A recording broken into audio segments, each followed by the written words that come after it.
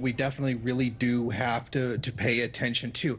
This is the great this is, you know, the huge moment where a certain red line has been crossed. A point has been reached where there is a significant insult to the dignity of the Palestinian people has been made, one that um, is it's an offense to all Palestinian people. The straight robbery of their identity, the robbery of their land. I mean, it's like watching a crime unfold, but then watching the police and the judicial system simply give a rubber stamp to that injustice that has been committed. Like it's hard for me to really put into words the significance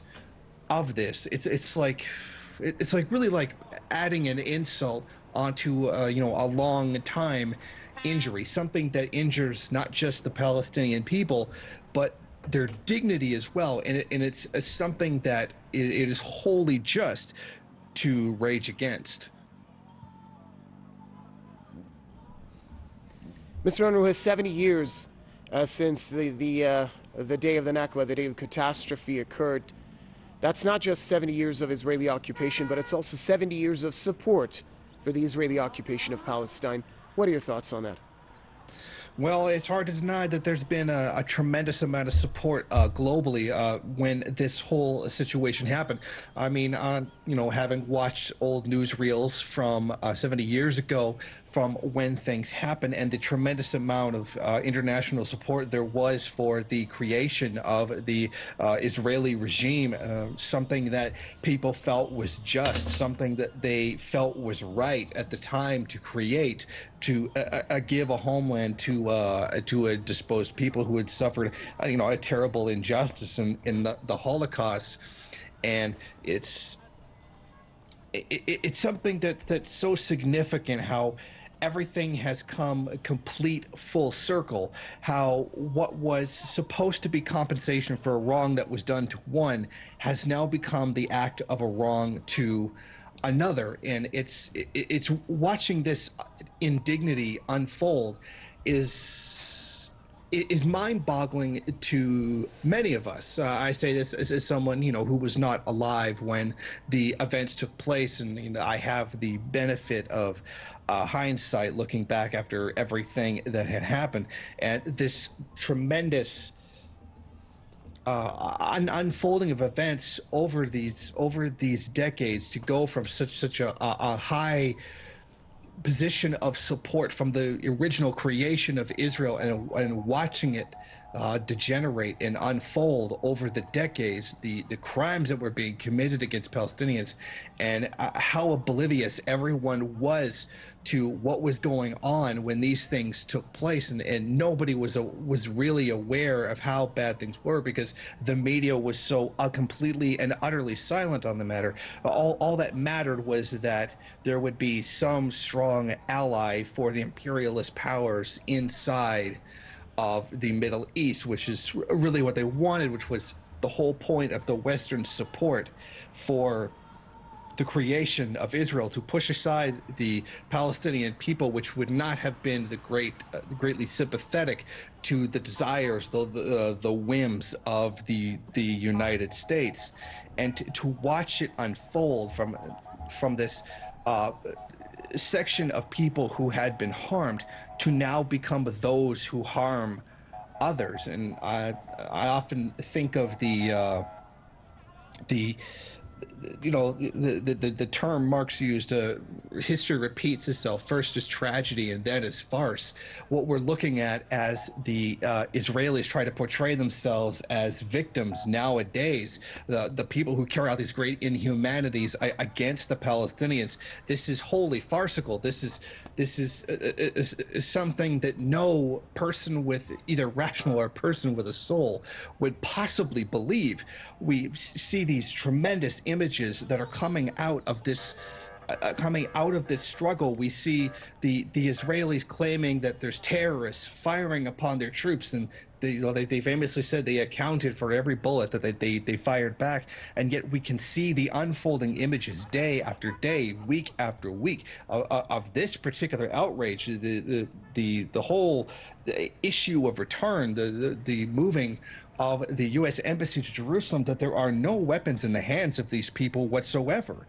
They are, at best, they have slingshots. What are these slingshots to the tyrants who have what is openly a secret nuclear program inside the country, while they demand that nobody else create any kind of weapons like that for themselves? How someone can stand there with their jackboot on the neck of a victim, but then claim themselves to be the victims. How they can demolish the homes of Palestinians so brazenly, so openly, and do this with complete and utter impunity, despite the fact that it is wholly illegal. Anyone can go onto a social media site like, say, YouTube, and see videos of the settlers coming in, recording themselves laughing at the displaced Palestinians, talking about how they have the right to be there and the Palestinians are less than human, and just this outrageous hate speech. And there's no other way to describe it, just complete and utter hate speech thrown against these people, demonstrating such a complete and utter inhumanity towards them. It is a sight to behold. It is shocking as it is brutal in the reality of the situation itself. And for people who just have a sense of common decency, it just simply boggles the mind. Mr. Unruhe, the Turkish Prime Minister Bin Ali Yildirim, he just made a statement that we saw on the bottom of the screen. He said that Muslim states should review their ties with Israel. Let's focus on the international response to what the Israelis have been doing, and to the decisions that the United States has been making over the past few weeks, most notably the relocation of its U.S. Embassy to Jerusalem Al-Quds yesterday. Do Muslim states and Arab countries have to step up now and confront the actions and these measures that are being carried out against the Palestinians and in support of the Israelis? Is this the time now to stand up and confront them? I'm reminded of the phrase, what better place than here, what better time than now? What more of a significant event does there need to be for a moment for the Arab states, their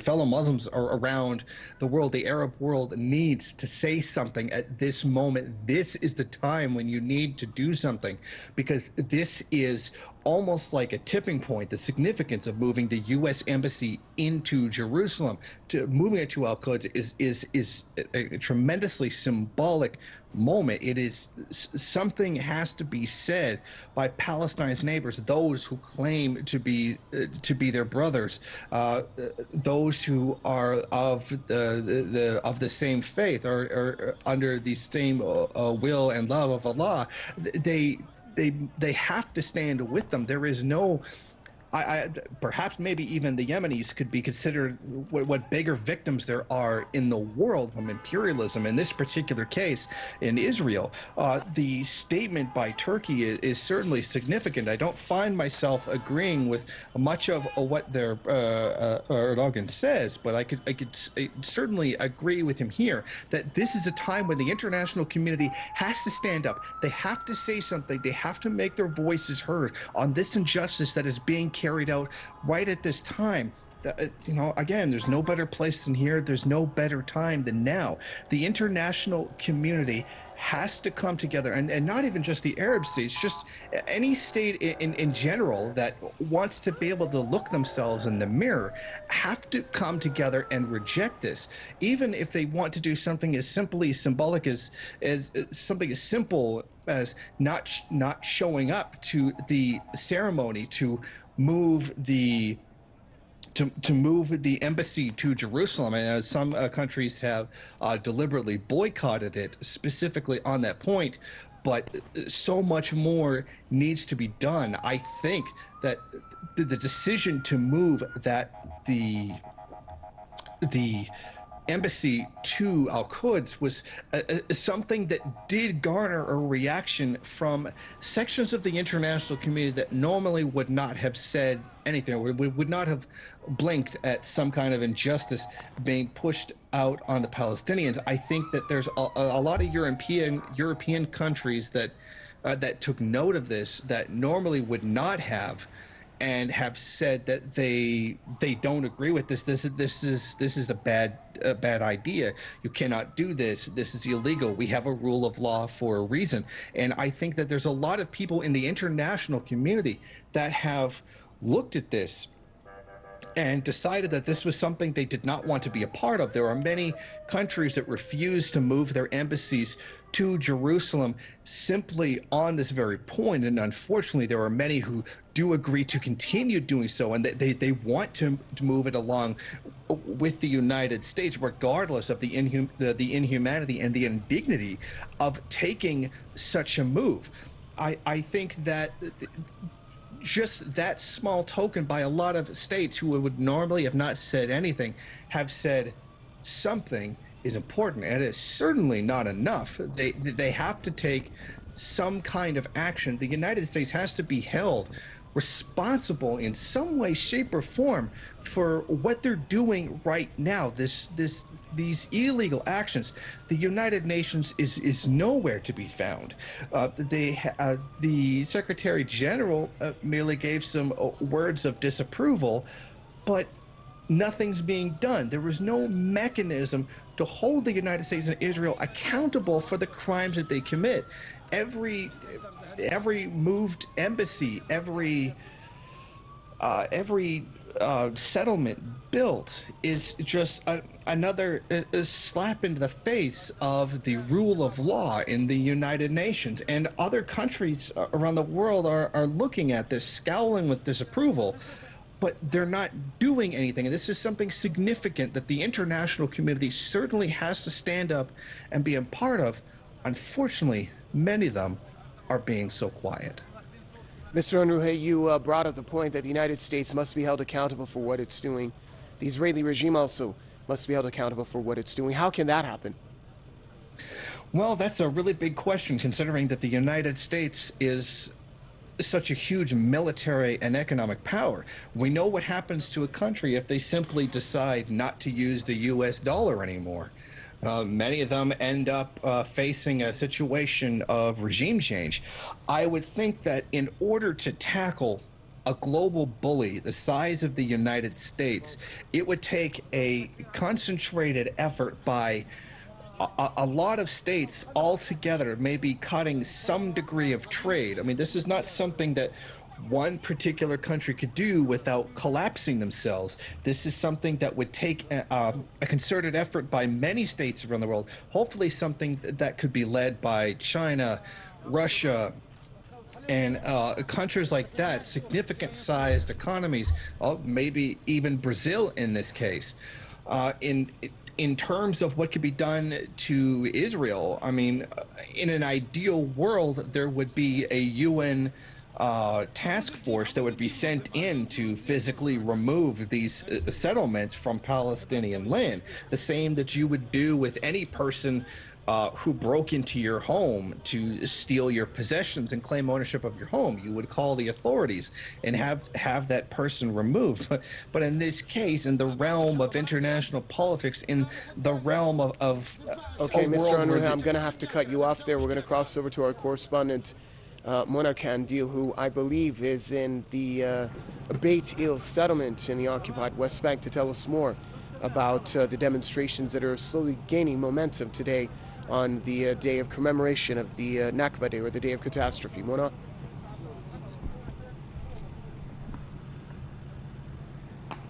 Well, that's right. We are still standing very close to the Israeli military checkpoint of Beit El. That is, of course, adjacent to the illegal settlement of Beit El and to the north of occupied city of Ramallah. Almost less than 1 hour ago, the protest, including Palestinians from all walks of life and different political and Islamic powers, just arrived here at this area, at the military checkpoint of Beit El. And as you can see now, the Israeli forces are firing heavy tear gas and rubber-coated bullets in order to disperse the protesters.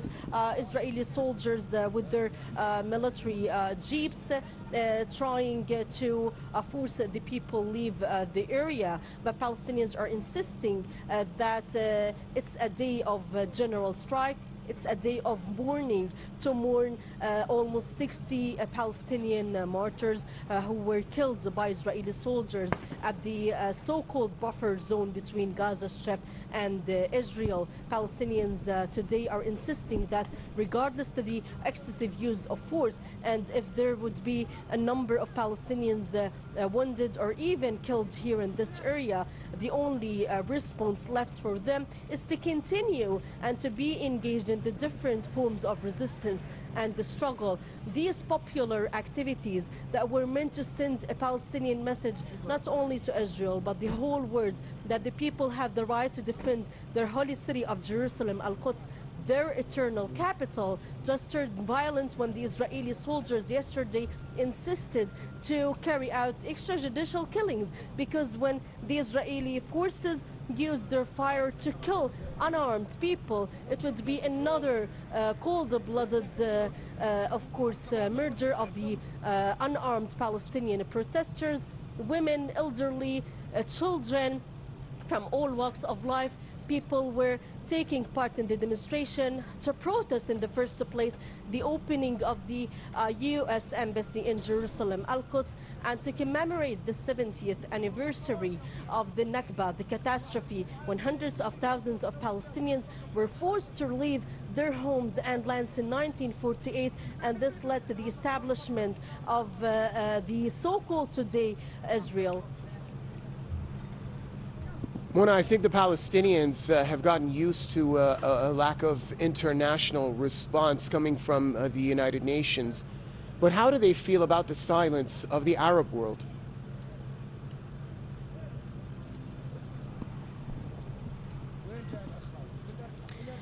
Yes, as you were saying, the Security Council expressed its outrage and sorrow.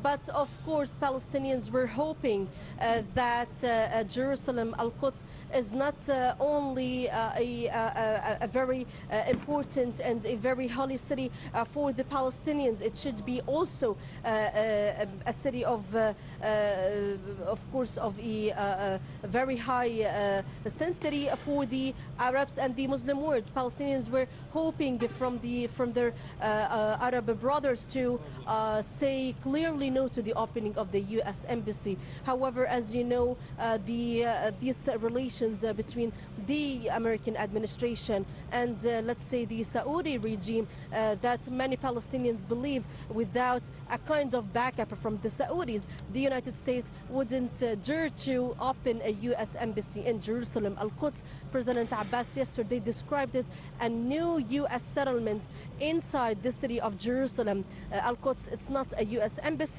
and this is why the Palestinians have decided to file a war crime complaint against Israel with the International Criminal Court over its settlement construction in the West Bank.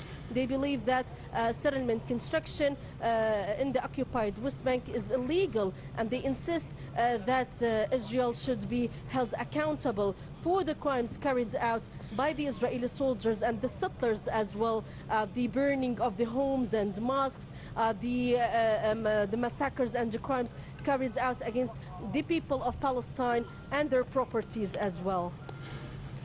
Mona, stay with us. We're now going to go over to our correspondent Hala Safadi, who's joining us from Gaza. Hala, talk to us about the aftermath of the bloody aggression carried out by the Israelis yesterday in Gaza, and also about today's demonstrations.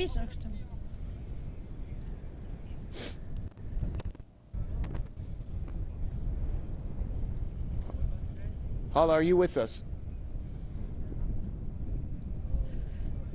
Well, yes. Today, we're here today again in the buffer zone, or the so-called buffer zone between Gaza and today marks the 70th anniversary of the Nakba Day, or the Day of Catastrophe to Palestinians, where 700,000 Palestinians were expelled from their homelands, and they suffered from ethnic cleansing back in 1948. Today, Palestinians come back again to the rallies, to participate in rallies held in the buffer zone. As you can see behind me, there are a small number right now of demonstrators here, but we're expecting the number to grow more or bigger and bigger after the funerals take place, which are in almost 1 hour from now. So here again, protesters or demonstrators are back again, vowing to continue the rallies and to stand for the people who were killed yesterday, especially that the number has risen up until now. The death toll has reached 60, and among those 60 who were killed, 8 children, and among the 2,771 injured, 225 children were also injured yesterday. Hala, we're seeing demonstrations taking place in the Gaza Strip and in the occupied West Bank as well, as many believe the U.S. is transferring of its embassy from Tel Aviv to Jerusalem Al-Quds was intended to further Judaize Jerusalem Al-Quds, and also with it undermine Palestinian identity. But these simultaneous demonstrations are showing something of the opposite. Would you say that the recent U.S. measures has further strengthened Palestinian unity and the resistance? Well, as you've been saying, that yesterday was the bloodiest day here, and this was because of the relocation of the American embassy from Tel Aviv to Jerusalem Al-Quds. And this time is more important than ever to see the Palestinian factions coming together and uniting. And they say so. Basically, Palestinians here are angry at the different on the U.S. And location of the American embassy. But again, we did not see any serious steps taken to bring the reconciliation back to the table, or the negotiation between Hamas and Fatah back to the table. So there is a huge disappointment as well, because, as we said, 60 people were killed, and yet the political factions are not back again doing serious talks to put an end to what is happening, whether it's happening in or Gaza, Israel, or in right. As you've been saying, and also the anger towards the relocation of the American embassy. Thank you, Hala. Also, we were told that funerals will be held for the Palestinians that were killed yesterday by the Israeli aggression. What more can you tell us about the processions that are taking place today? For the people who were killed yesterday, already some funerals are being held. Thousands and thousands of people are participating in the funerals. And after the funerals, people are supposed to be marching to the area where we are standing right now in order to continue what they've started yesterday. So this is the plan for today until now in Gaza. Burying and participating in the funeral of the people who were killed. As we said, the number is very huge, and therefore there are a lot of demonstrations along the Gaza Strip, and then rallying against the Israeli blockade and the Israeli forces or troops again along the so-called buffer zone in Gaza. Hala Safadi, stay with us. We're going to go back to our correspondent Mona Kandil, who's with us from the Beit Hill settlement in the occupied West Bank. Mona, how worrying is it that other countries have considered to follow suit in relocating their embassy to Jerusalem Al-Quds and following the footsteps of the United States?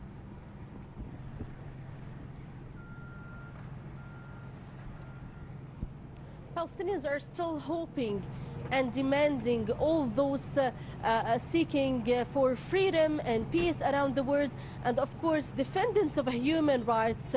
They are demanding that Palestinians have a right to end the Israeli occupation in the first place, have Jerusalem Al-Quds as their capital, have the right to return back to their homes and lands that were occupied in 1948. But it seems that the United States, and with this President Donald Trump, it seems that none of the international community states and the European states would be able to force Israel stop its massacres and the crimes. As I told you, that the Palestinians would be filing a war crime complaint against Israel. The United Nations demanded that Israel should stop its massacres and not to use the shoot-to-kill policy against unarmed protesters in the besieged enclave Gaza Strip, and not to use this excessive force here in the occupied West Bank. But it seems that Israel feels, of course, supported by its ally, the United States, and following the declaration of Trump that Jerusalem, Al-Quds, is Israel's capital, and yesterday the opening of the embassy, regardless to the feelings of the Palestinian people who are commemorating the 70th anniversary of a real Nakba catastrophe.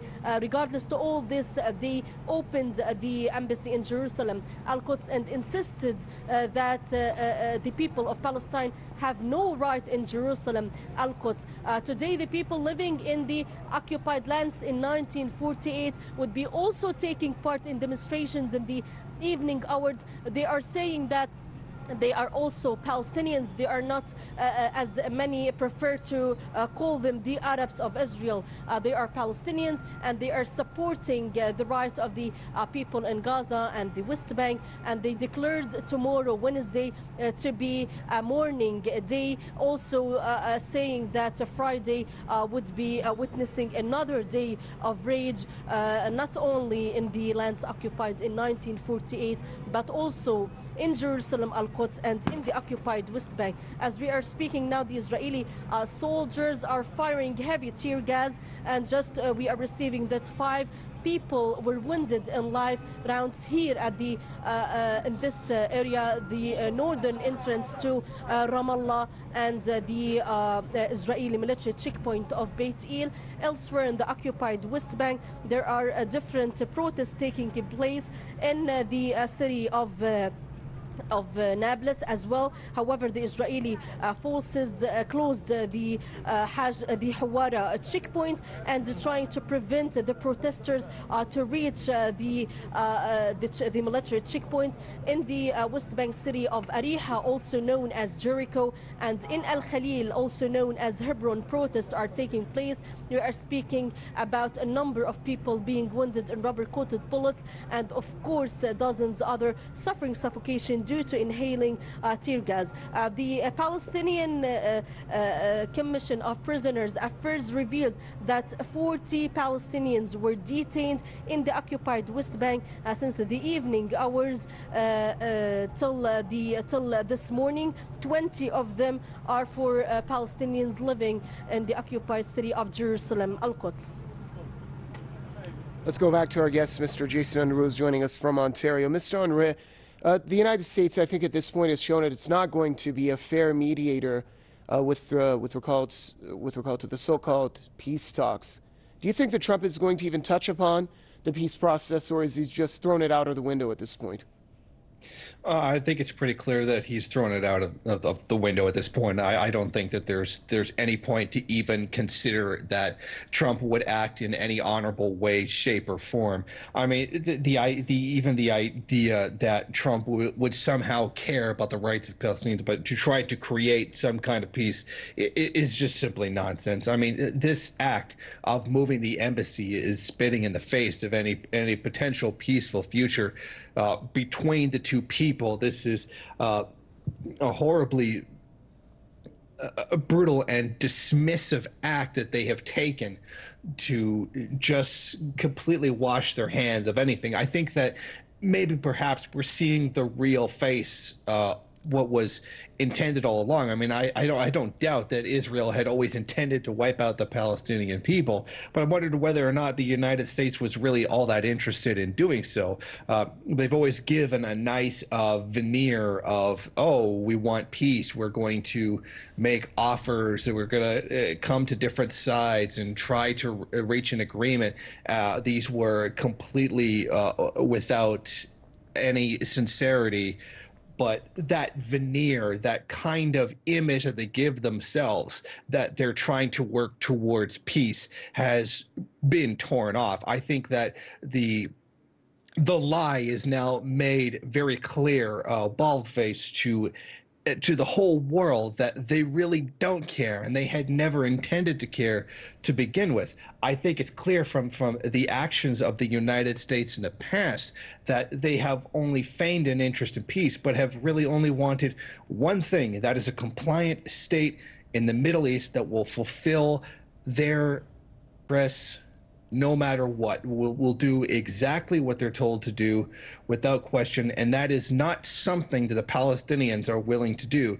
There is no chance of that ever being a real thing that would ever come from the Palestinian people. However, that is something that is definitely has been proven over decades as something that is definitely going to come from Israel. They are going to be the U.S. proxy in the area. They are going to do some of the dirty work. In exchange, they get the Judification of the land. They get their own homeland, which nobody is allowed to touch. Nobody is allowed to even question in any way, shape, or form. And they give this veneer of any Jewish person is allowed to have a right of return, yet any black ethnic Jews are certainly turned away whenever it's convenient or whenever they can get away with it. That this is really a Zionist state, for no better way to put it. This is not something that should be considered any kind of a symbol of humanity. This is something that the United States has been propping up since the very beginning. There has never been a concern for the Palestinian people whatsoever. The United States has never cared. The imperialist countries have never cared. It has only ever been about getting... Thank you, Mr. Unruhe. We're going to cross over to our correspondent, Hala al-Safadi, who's joining us from Gaza now. Hala, let's talk about the worldwide demonstrations that we have seen in support of the Palestinians. Are Palestinians now hopeful, seeing this higher level of global awareness supporting their cause? Well, the main reason or the main objective behind the Great Return March was to actually raise international awareness about the refugee blight that is one of the longest blights or problems of refugees in the entire world so far. So yesterday, as we were talking to the High Committee of the Return March, they did say that they believe that the march succeeded in accomplishing its objective when it comes to raising the international awareness of the refugee problems. Yet, this is something that has been very normal to Palestinians or Gazans in particular, as we can see people all around the world participating in demonstrations against the Nakba or against the Israeli troops or against the violence that has been used, the excessive force that has been used against the demonstrators here. But again, we do not see anything tangible or anything on the ground happening against the Israeli regime or the Israeli forces. So again, the marches did raise the awareness about the problem we're having or the problem refugees are having, but still there is nothing really on the ground when it comes to their solution or practical solution to bring an end to their problem.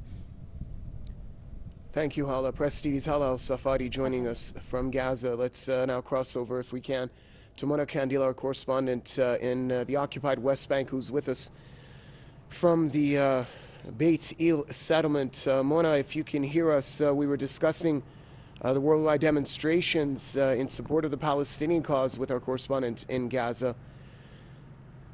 I'd like to know more about how Palestinians feel about this higher level of global awareness that they're seeing amongst the populace of the world.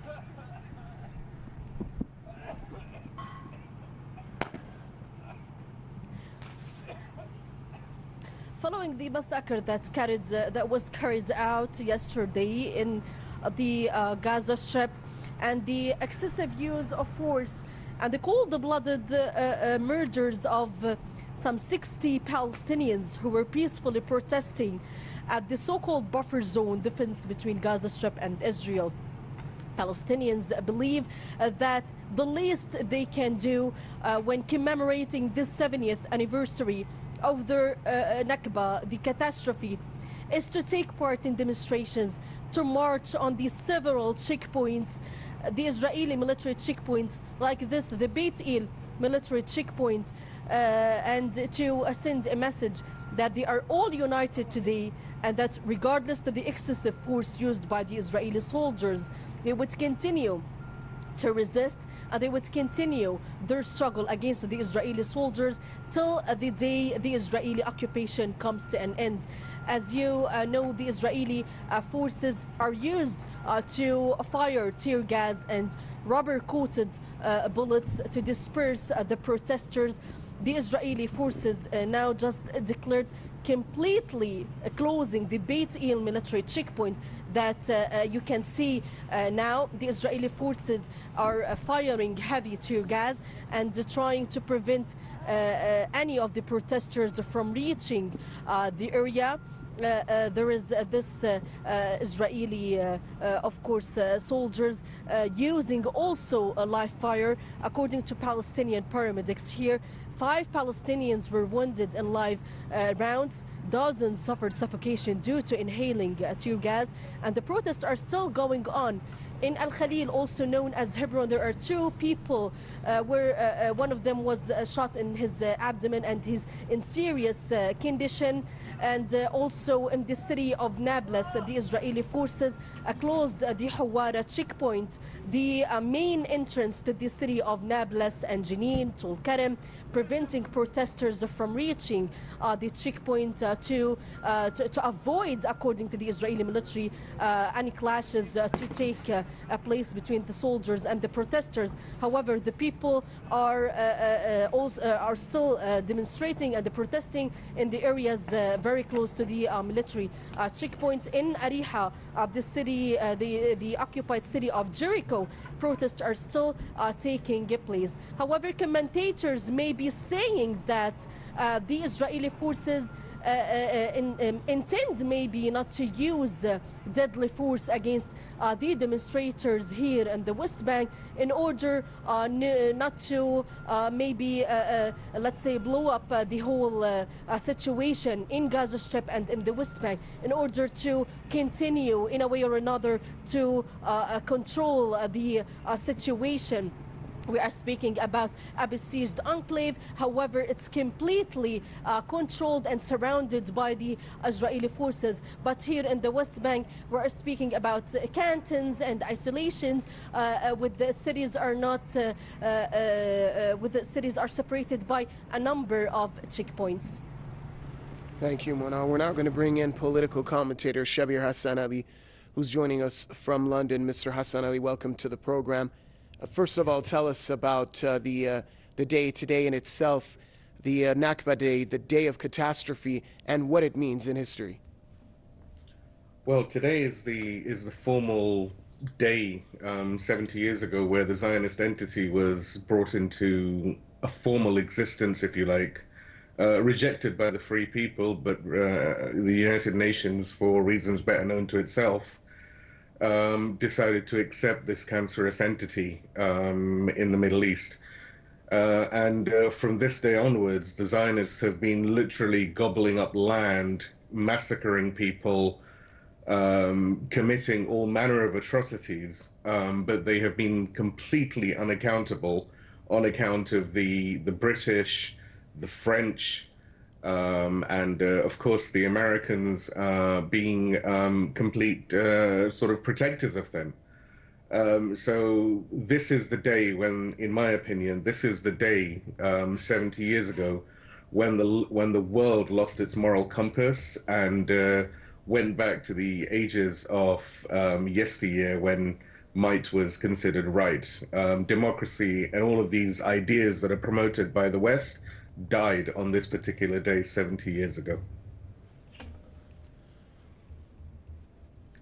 So for those of you just joining us, today Palestinians are marking the 70th anniversary of the Nakba Day, which marks the creation of the Israeli regime on Palestinian land and led to the displacement of 750,000 Palestinians back then from their ancestral homeland as well.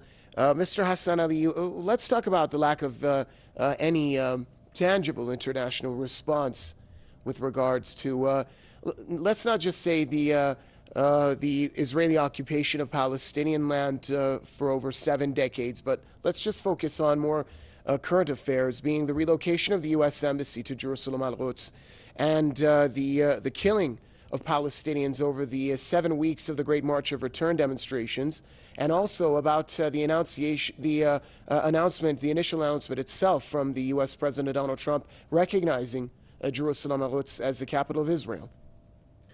Well, I mean, if you cast your memory back to when Trump decided to go for this particular move to appease his son-in-law and his masters in Tel Aviv and in Congress and the Senate, you have to remember a lot of the world was shocked initially.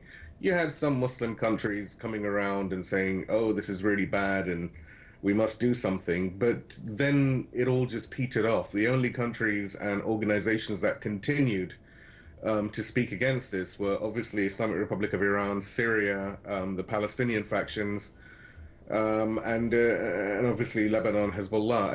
Everyone else just forgot about it and decided to do very little. The tragedy is that the corrupt Zionist Arabs of pretty much everywhere except the Levant, as in Syria and Lebanon and Palestine region. I mean, I'm talking about the corrupt person sitting in Egypt, the corrupt person sitting in Jordan, the Zionist scum sitting and occupying Arabia. All of these people, they've been very happy about it. They've been talking about this so-called deal of the century where they hand all of Palestine over to these Zionist thieves and put the Palestinians somewhere in the middle of the arid desert of the Sinai. This is according to items that I've seen, and also according to what Said Hassan was saying yesterday in his speech. So this has been the reaction. This is what the global Zionist bloc has been waiting for. They've been waiting for in inverted commas, champion like Trump. And the tragedy is, if we look at geopolitically how everything has come to pass, you have in December Trump making this disgusting announcement of recognizing theft and supporting theft. Having said that, we must understand that the country known as America is also built on stolen property. America is built on the stolen property stolen from the Native Americans who were massacred by the hundreds of thousands by the European imports, by the people who had left Europe because they were not wanted. They came over to what they called America, and they decimated the population over there. They then went out to Africa as part of the British Raj and acquired and brought in slaves to work over here, over in America. So America is a country that is built on theft, the same way as the Zionist entity. And you have the American administration green lighting more theft and sort of rubber stamping the theft of Jerusalem by the Zionist stormtroopers and the Zionist fascists. So you have that happening. At the same time, or very close to it, you have Trump turning around and pulling out of all manner of international deals, not least of which is the JCPOA. Now, whatever people might think about the JCPOA, it was an internationally sanctioned deal. It was a deal that was multilateral, and the entire world signed up to it. And America, acting like the emperor, turned around and said, right, we're not having anything to do with it. Khalas, finished, throw it in the dustbin. And obviously the world has sort of been shaken by that. But at the same time, the timing is really important. He cloaks things to make sure that he is constantly in the media. I mean, I remember yesterday when I was watching the coverage of the opening of the Zionist, the American Zionist temple in Jerusalem. I remember thinking the number of times the name Donald J. Trump was being repeated almost like a mantra it felt less like we live in a world where you have this country called America, and it felt more like we have this sort of empire with this Trump dynasty in place, and everyone is pledging, all of these Zionist scum are pledging their undying loyalty to Pharaoh or, you know, Caesar Trump. And, you know, you have Caesar Trump's offspring, this Ivanka, and her Zionist partner, Jared Kushner, and they come along and they are the ones talking about this. And the interesting thing, if anyone listened to this Jared Kushner speech, he had to bring in Iran into this. He had to turn around, and it was amazing. You see the pictures side by side. I know it's Press TV had put the two pictures side by side of Kushner speaking and the massacres happening in Gaza and across Jerusalem, almost outside where the U.S. embassy is. And it was surreal, where you have this swine, this animal, Jared Kushner, this criminal, talking about peace and all of this stuff, and there's people being murdered by those stormtroopers that he's funding. The world seems to have gone mad. If anyone examines the world today, and, you know, maybe in 100, 200 years, when people look back at this time in history, they will think this is a world gone mad. Humanity has left. There is no humanity left, where the basic milk of human kindness, where if someone is hurting, you actually help them, has been flipped and turned into something bad. And this is what happens when you allow the media, the Zionists, to control the media. And this is what's happened. This is why there's been virtually no coverage. Yesterday, when the people were being massacred, up to, I believe it was 55 people were massacred yesterday in Gaza, there was scant coverage. And even the coverage you had kept on putting the blame on the Palestinians, as opposed to putting the blame on Trump, on Netanyahu, on the Zionists. And all of these Zionist ministers who have asked the soldiers and told the Zionist stormtroopers to shoot to kill, and to shoot pregnant women so as to take out two in one go, and other such disgusting actions. So really, like, the world seems to have gone completely crazy, at least on the surface. But something which is extremely refreshing and something which gives you hope is you have within social media, within like day-to-day people on the ground, you have a movement where people are seeing through it. Social media has empowered the Palestinians and those who care about them to promote their plight, to tell people what is happening to these people, to not allow them to suffer in silence and be neglected and forgotten. Social media puts out these videos, puts out these pictures, puts out the context of what is going on.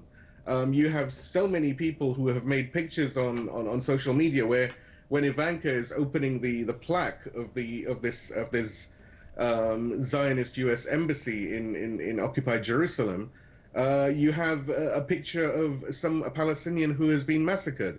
And this shows a lot of information. It's shown to the passerby, to someone who is not necessarily involved in what is or understands what's going on. They look at this and they see a dichotomy, they see a problem, they see something that doesn't quite fit, that is against humanity, that is against human rights. And at the same time, they ask questions. They ask questions like, well, the people like Ivanka Trump and Jared Kushner and all of these people, they keep talking about peace and human rights and everything, yet they condone this. This tells me that there's a degree of hypocrisy going on.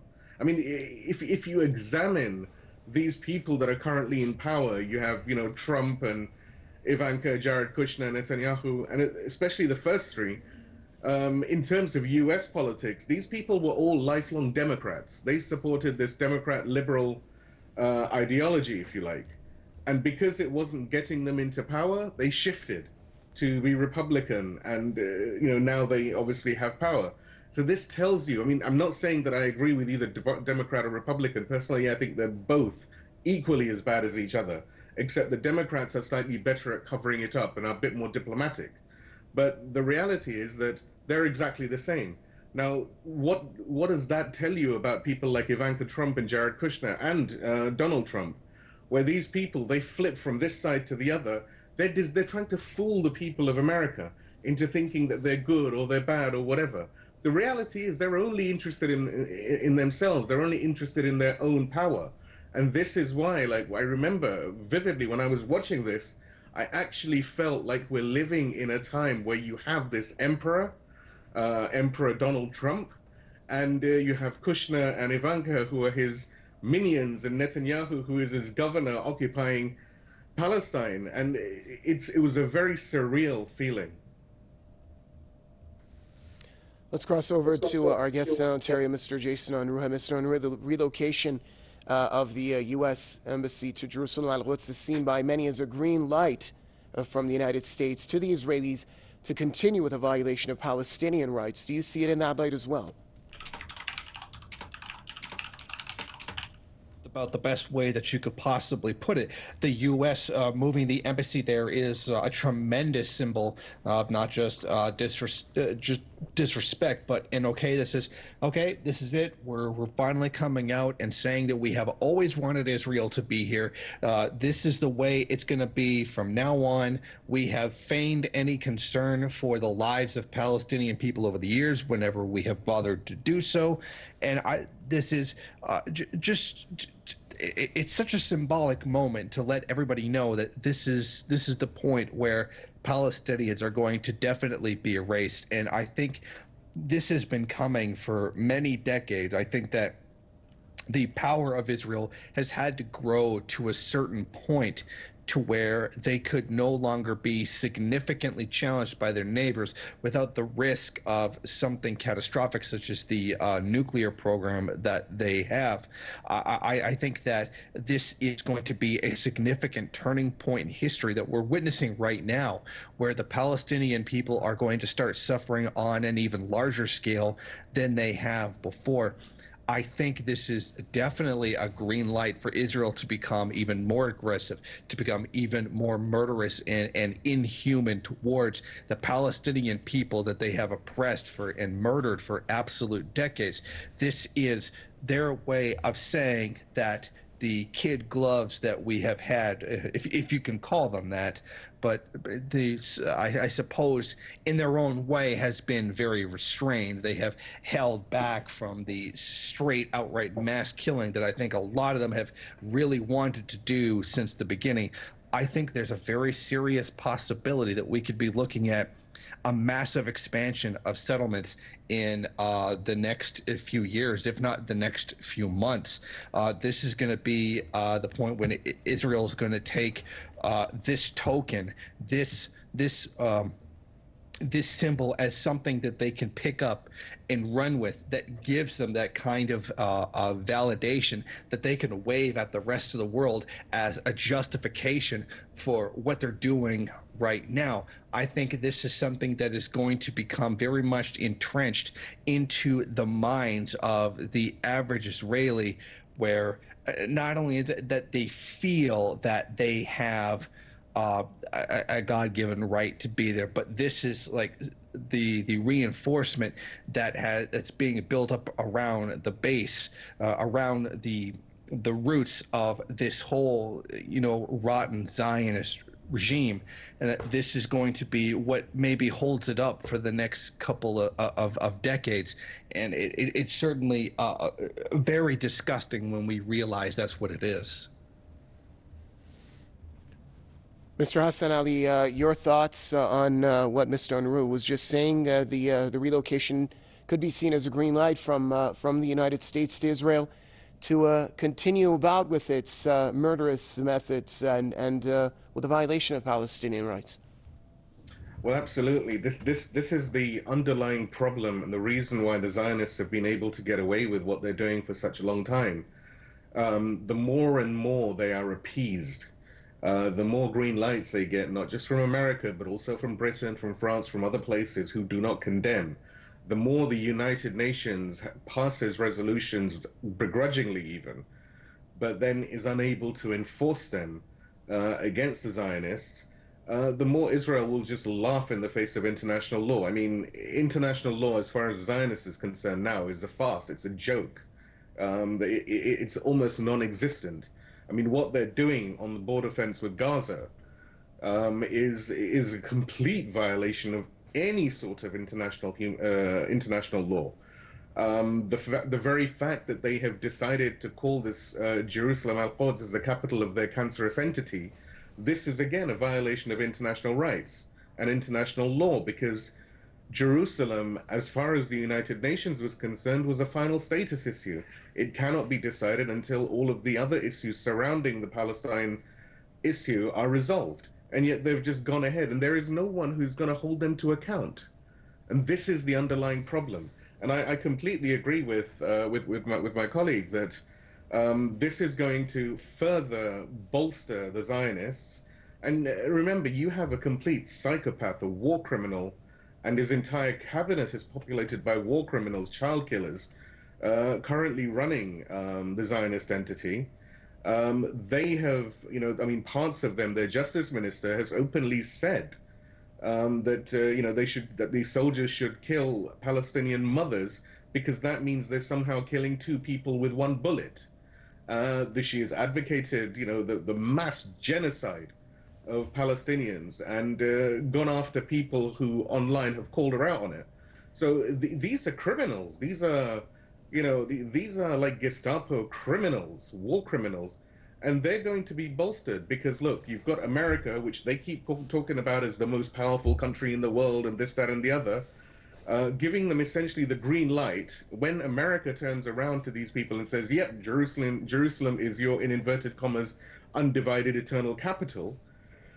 Then what does that tell the average, Zionist politician? It tells them, okay, fine, we've now got Jerusalem. That's like done, so we're checking that box.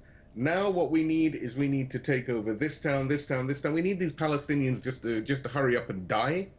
And if they're not going to die, we just need to throw them out into the desert or into the sea or wherever, somewhere away from us, so we can build this, as they call it, this city on a hill, and this country on a hill. And there is one silver lining to this, though, that we must understand. The more they pressure, this is the end game. This is the last mile now. The more they pressure the Palestinians, what people have to understand is the Palestinians have got nothing to lose. I mean, for a long time, they've had nothing to lose, but now they literally have nothing to lose. You now have generation upon generation that have been born and died only in this occupation. And they don't know anything but occupation, so they only know resistance. And the more Palestinians are sort of becoming aware of what's going on, understanding, the more they're moving into this resistance axis, this resistance line.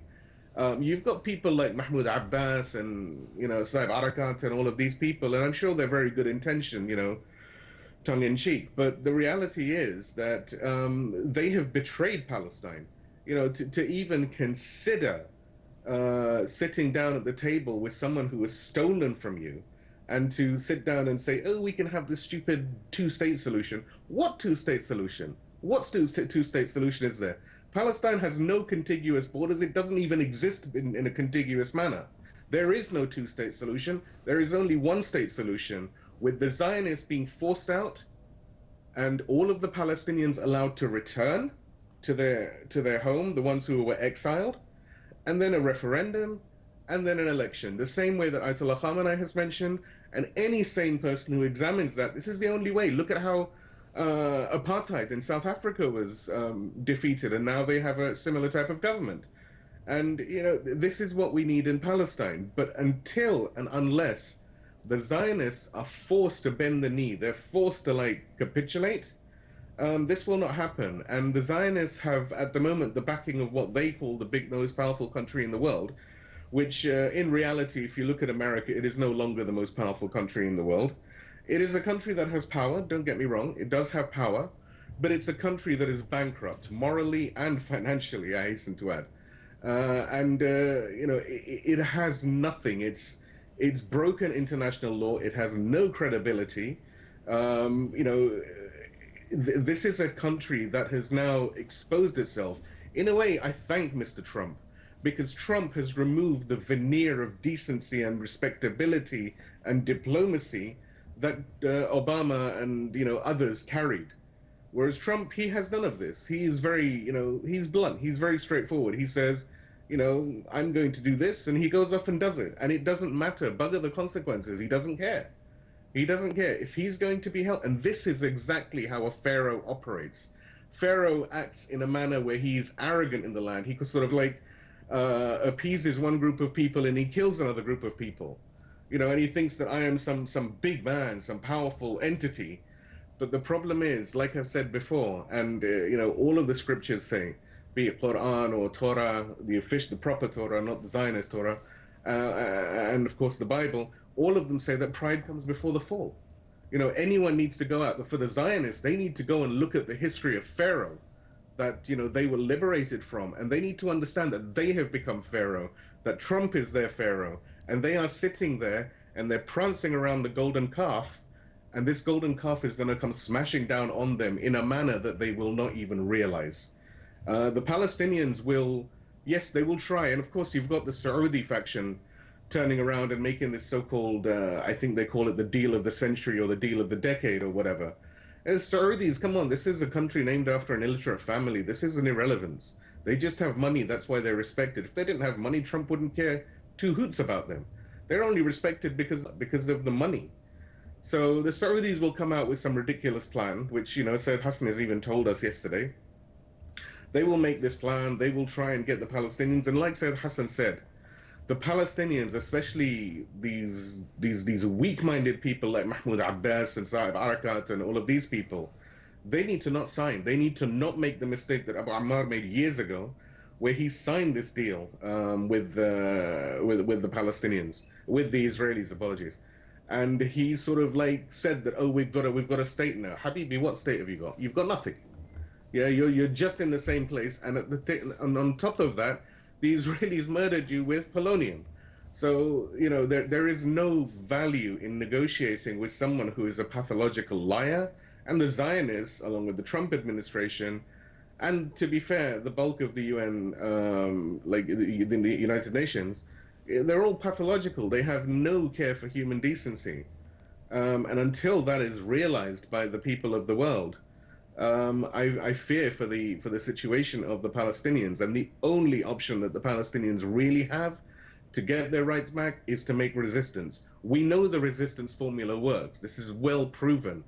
In Lebanon, if all you have to do is examine Lebanon, Lebanon used to be occupied. A large swathe of southern Lebanon was occupied by the Zionists. They'd even placed their own proxy army into that area, called the South Lebanon Army.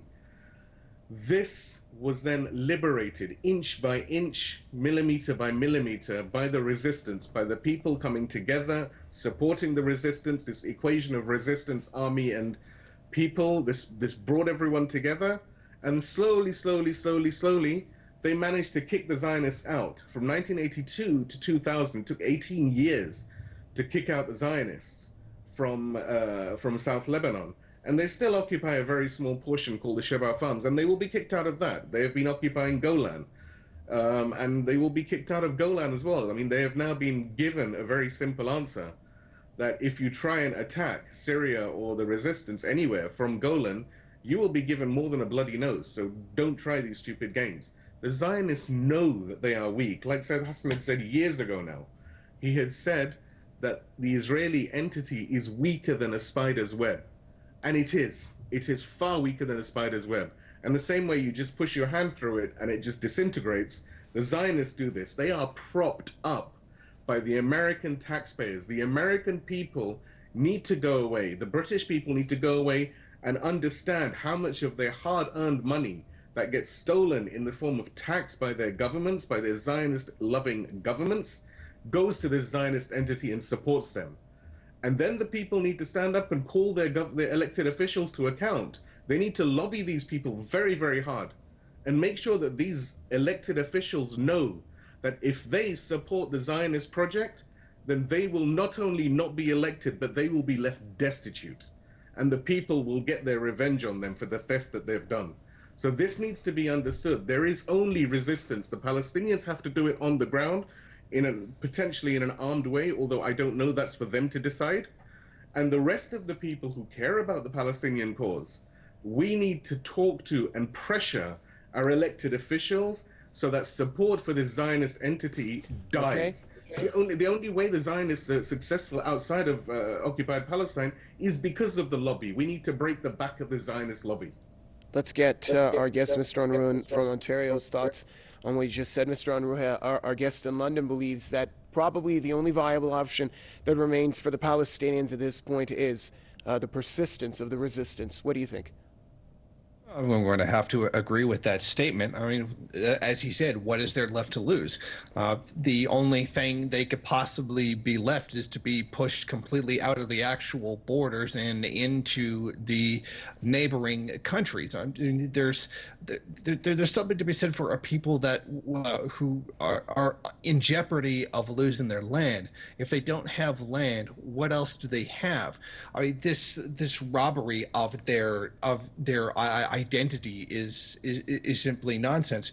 Oh, you know, there's the expression from Asad Shakur, where there is oppression, there is resistance. Now, the Palestinian people need to and have no choice but to stand up against what is being done to them. This is not like many of the oppressions that we see in other countries. In many of them, it's an appeal to the victimizer to stop for a greater peace and a kind of social peace. But we cannot see that this way, and I think that's the problem with a lot of the people who are not necessarily on the side of the Palestinian people, that they seem to think that this is just an issue like any other issue, that two sides just simply come to the table and then a deal is miraculously hashed out and everything ends in peace and everybody lives happily ever after. This is nothing like that.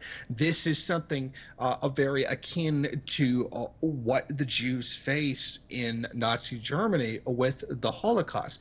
There is no appealing to the conscience of your enemy because the conscience is not there. There's just simply nowhere else to go. There frankly is no middle ground left.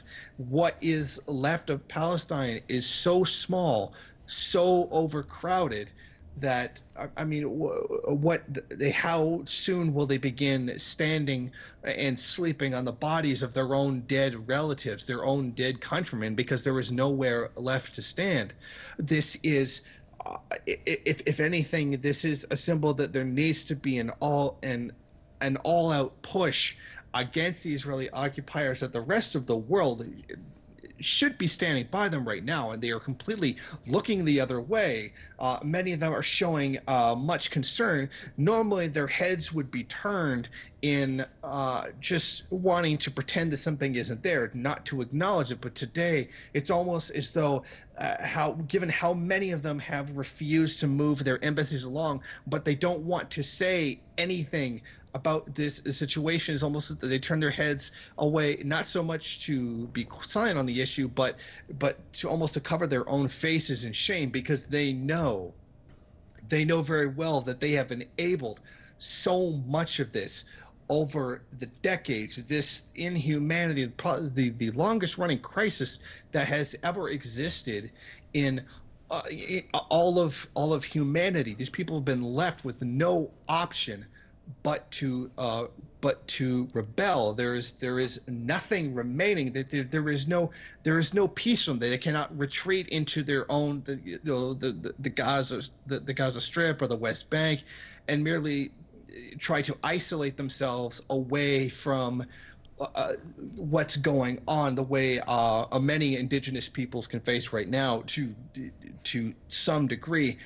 They have nothing. They have nowhere left to go. They have nothing but a straightforward march against their enemies, because their backs are entirely against the wall. There is nowhere to go but forward. And I think that this significant moment in history is something that could possibly explode into something larger. I mean, we often hear about the fight or flight mechanism that a lot of people suffer, and this can be something that exists on a communal level as well. The Palestinian people have nowhere to run to.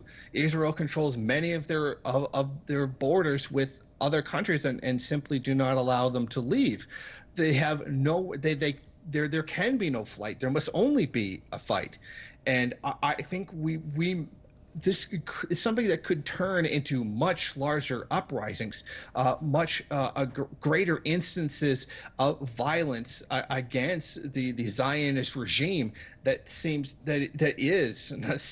is completely hell bound to destroy every last vestige of the Palestinian people, to wipe out every single last bit of their existence, to just end the very essence of the people themselves. It is not enough for the Zionists to just simply kill them.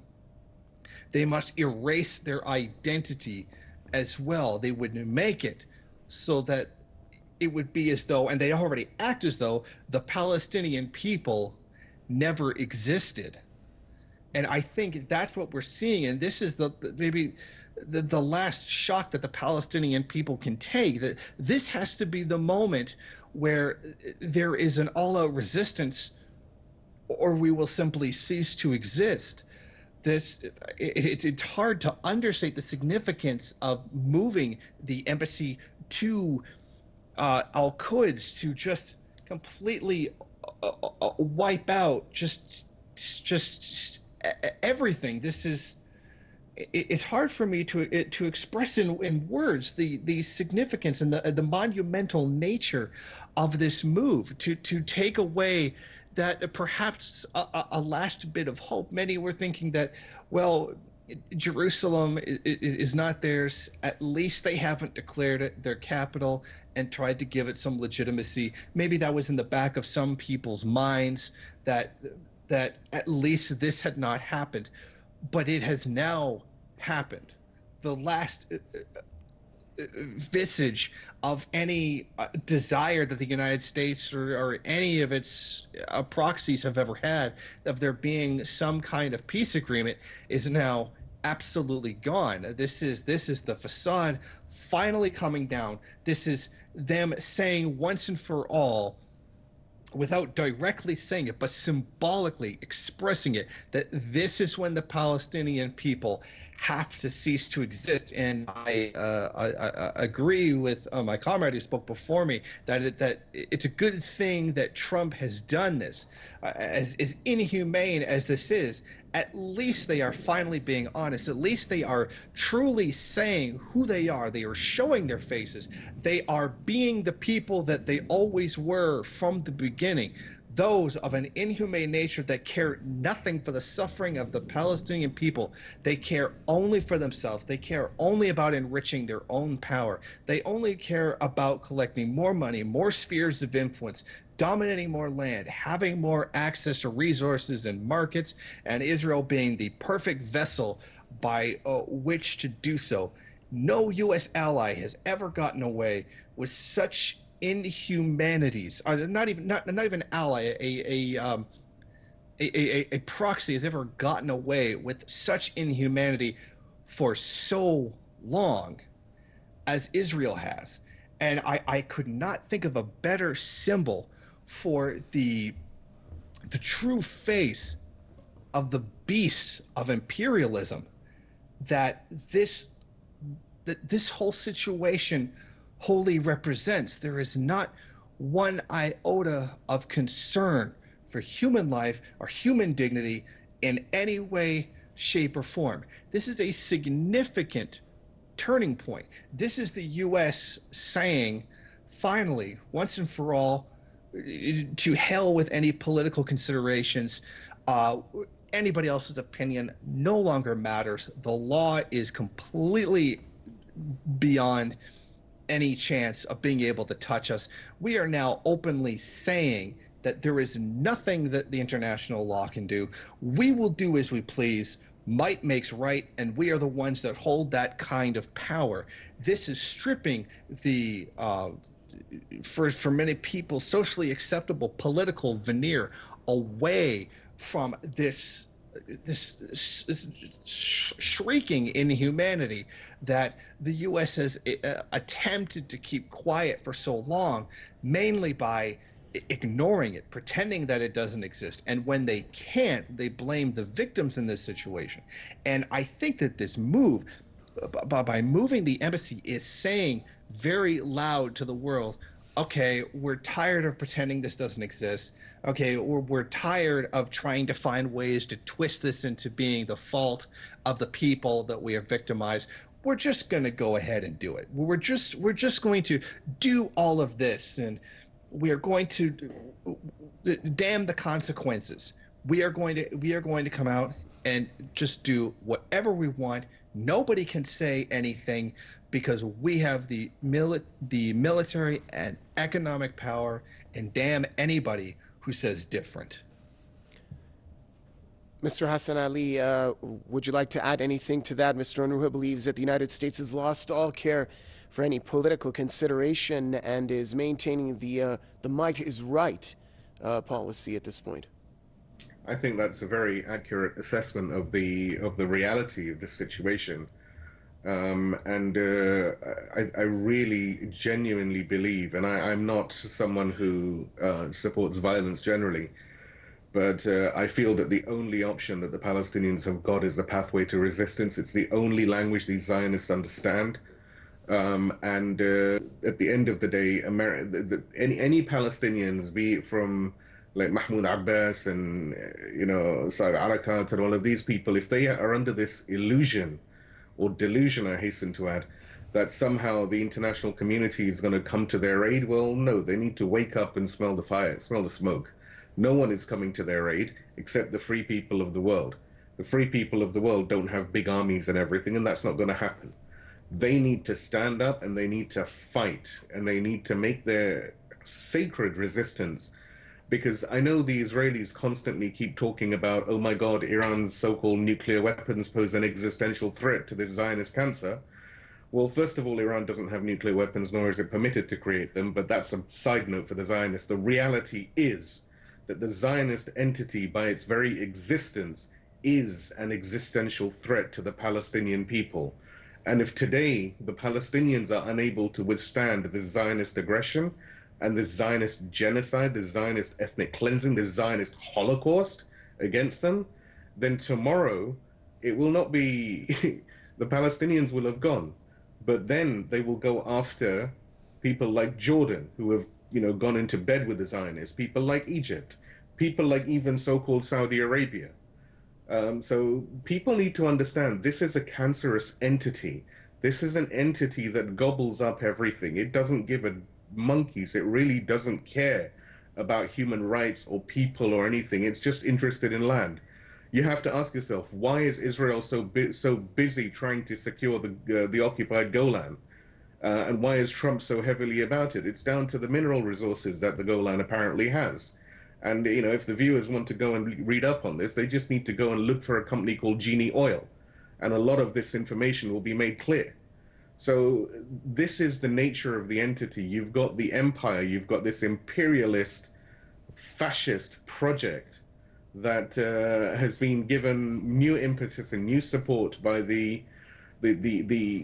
insane, or rather super sane, I don't know how to describe the Trump administration or Emperor Trump. And if the Zionists do not make resistance, if we, the free people of the world, do not support them through word and deed, by boycotting Israeli product, and I don't mean just, following the mindless, infiltrated BDS campaign, I mean like serious boycotting. If we don't stand up together collectively as a human family across the world, from the United States all the way to, the furthest reaches of Siberia or Japan or wherever, if we don't do this, then the blood of those Palestinians is upon our hands because we let it happen on our watch. And we need to make sure that we scream so loudly that the very heavens hear the call that these Palestinians are being massacred, that this injustice is just so profound, it must be stopped. And this is the least that we can do. Resistance is the only pathway to success for the Palestinians, and we need to provide them whatever support we can to achieve this sacred resistance. And they must not allow their so-called leaders like Mahmoud Abbas and others to sign any sort of stupid, illiterate, ignorant so-called peace deal of the century, either be it presented by Jared Kushner, the Zionist stooge, by Trump or by bin Salman, the Arab Zionist. So Mahmoud Abbas and people need to just literally give the finger to these people and just buckle down and be there for the long haul. That this is going to take a hefty resistance, but resistance is the only way. And if anyone turns around and says that, oh, this is, advocating violence and everything, no. If people want to understand what resistance is, if they're Zionists supporting people, they need to go and look at the Warsaw Ghetto. The Warsaw Ghetto was a resistance against the Nazis by Jewish people, a heroic resistance. And this is no different to the resistance of the people of Palestine against the same fascist Zionist entity that seeks to obliterate them from the pages of history. Mr. Unruhe, Mr. Hassan Ali was speaking of some of the alternatives to changing the status quo of the situation right now. Mr. Hassan Ali believes that one of the ways is Israeli boycotting. What suggestions do you have? Well, I could suggest a number of things. Boycotting is one of them. BDS, for what good it can accomplish, is certainly something. I mean, it speaks volumes that the Israeli lobby is trying to get BDS labeled as a hate group, as a frankly a terrorist organization. The fact that they're pushing U.S. lawmakers to criminalize simply boycotting, Israeli goods as an act of hate speech, as anti-Semitism. I mean, I think that speaks volumes about how frightened Israel is of people's opinion of them around the world, that even just the mere act of not wanting to buy their goods is labeled labeled as anti-Semitism. It's ridiculous. I mean, there's any number of things that we could do, that the world could do, but I think it's a question of who has the will to do them, who's willing to put the money up to them, who's willing to stand up and endanger their lives to do the right thing.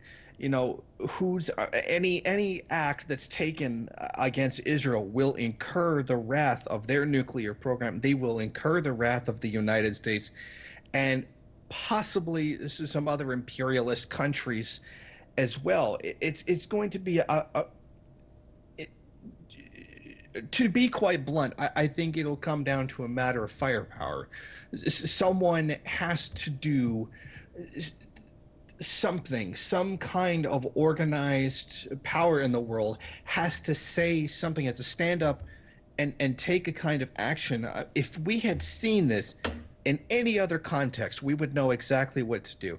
If somebody had broken into your house and claimed it was yours, the police would be called and the police would use whatever force necessary to remove that person. We don't have that mechanism. We need that mechanism, that use of force to take the illegal settlements down, to stop the Israeli military from carrying out the murders that they perpetuate on a daily basis, showing a complete and utter inhumanity towards the people that they occupy and that they very clearly see as less than human. It's going to, in my opinion, to stop it would take some kind of military force from somebody somewhere, organized somehow. We're well past the point of ever appealing to the conscience of the Zionists or even the United States. You can't appeal to the conscience of someone who doesn't have one. I think that there would have to be some kind of force put together by the UN or some other concerned party that wanted to really do something and frankly carry out a military campaign against Israel to stop this. And I know it's very dangerous to say something like that in many countries, but I think that if we're going to be honest, if we are going to really be truthful about the situation, I think that that's exactly what we're looking at. I mean, if the if Israel was created by the barrel of a gun, I think it nothing controversial to say that it would have to be dismantled in the same manner. I think it's a situation that's going to require international cooperation on some kind of military campaign to bring about an end to it. Maybe there could be some kind of mass boycott, but how would the Israelis react to it? Would they become more murderous the more desperate they become when faced with that kind of economic pressure? How much pressure could other countries do without the United States cooperating, or even the UK or Canada, who most certainly would stand by the Israelis no matter what? It's really a question of who's got the will and who's got the might. Mr. Hassan Ali, for years, with the help of the Western-administered media, the Israelis were able to control the narrative that was portraying the Palestinians as terrorists and the Israeli security being at risk. Now that narrative doesn't exist anymore, does it? There's a clear sense of global awareness now towards the Palestinian cause and opposing the Israeli occupation of Palestine. Well, among the people who don't rely on the mainstream media, yes, I would agree with you. But unfortunately, by far the majority of the people, at least in the West, rely on the mainstream media, the likes of the BBC and Sky News and Fox and whatnot. And yes, there has been a dent made in that. But I mean, as you yourselves, as Press TV, you know that the moment you start having an impact on the population, the Zionist lobby finds a way to get you removed from the airwaves, as was the case with Press TV a few years ago. Granted, the internet is a very strong platform and it gives us the ability to see an alternative media stream, and which is not controlled by the Zionist factions. But it's still a long way from being ubiquitous and being something that is accepted by everyone. I know people, this is what sort of, if it wasn't so tragic, it would be hilarious. I know people who are, who consider themselves very up to speed with what's going on, and yet their primary source of information is the corrupt BBC. They won't even consider other channels, firstly, because half the time they don't know about them, and secondly, they will turn around and say, oh, this is funded by this country or that country. Whereas they don't realize that the BBC, and even when you tell them they don't accept it, they don't realize the BBC is nothing more than a propaganda arm of the Foreign Office of this country, of the United Kingdom. So, yes, but, to agree with you that, yes, there is a landswell, a groundswell of people understanding and seeing the reality. And this is simply because when you have a scenario where you have 60-odd people, unarmed civilians, killed, while you've got this bunch of kleptocrats sitting there clapping, praising each other, there's a dichotomy that even the massaging of the mainstream media just doesn't work. It just, like, you can't hide away that dichotomy, that reality that the Zionists are criminal, that the Zionists are child-killing criminals. You cannot remove that because the reality stares you in the face. When you have pictures that come out of so-called Israel marked with the so-called Israeli occupation force, which, talk about how the soldiers were explicitly targeting civilians, and that even wounded civilians and medics in Gaza, then that sort of stuff comes out and even creates outrage in the Zionist-controlled mainstream media. Because while the Zionists do control the mainstream media for the most part, there comes a point where, how do you justify, as an Israeli soldier, actively targeting civilians and medics? There's no argument left where, the Zionists they turn around and they make this argument, oh my God, we're the victims, these people, they want to kill us or they want to gas us or whatever, all of this stupidity that they come out with, this lie. Well, the problem with lies, and this is why I believe Foreign Minister Zarif said what he said about Netanyahu, and he called him the boy who cried wolf, because that's exactly it. The Zionists have been crying wolf for so long that slowly, as people begin to see through them, even people who rely on the mainstream media, the corrupt, controlled mainstream media, can see through the lies, and they see that actually there's a problem. Something isn't right. Now, granted, those people who don't watch the real media, the free media of the world, they will sort of flail around in a little bit of confusion, but this attracts them towards the free media, and this is why we've had from people like Said Hassan and from Ayatollah Khamenei that people need to use social media and the media per se as a weapon to expose the reality of the Zionists and of the American empire, so that people are no longer duped. The only reason these cancerous entities have a foothold on this planet is because people do not know what the reality is. You know, it's just like back in the days when Rome was an empire. Rome was corrupt, it was damaged, it was oppressive, right? Yesterday, during the mass rallies here, 60 people were killed, and today most of them are to hold funerals for them. So basically, this is where the mass demonstrations are. Right here, we are in the east part of Gaza, in what is called Malaka location here. As you can see, the place is relatively calm, we can say. We are still expecting people to come after the funerals are held in Gaza City. But again, what I can say is comparing to yesterday, that what is being organized here is totally random. There is no certain invitations for people to come today to attend rallies, but people are still coming out of anger of what happened yesterday. I've been talking to a number of them who said that despite, even though there were no formal invitations to attend rallies today at the borders, but again, they insist on coming, and because they have vowed to continue what they have started since day one of this Great Return March rally. Actually, most of the rallies are taking place right now to my left. The demonstrators are leaving the area behind me and going to the left, where it is easier for them to preach the security fence between Gaza and the occupied territories. Again, people here believe that they are sending a message to the Israeli troops that even though they have been using excessive force against them yesterday, journalists were targeted, paramedics were targeted. We're talking about 17 paramedics who was targeted yesterday.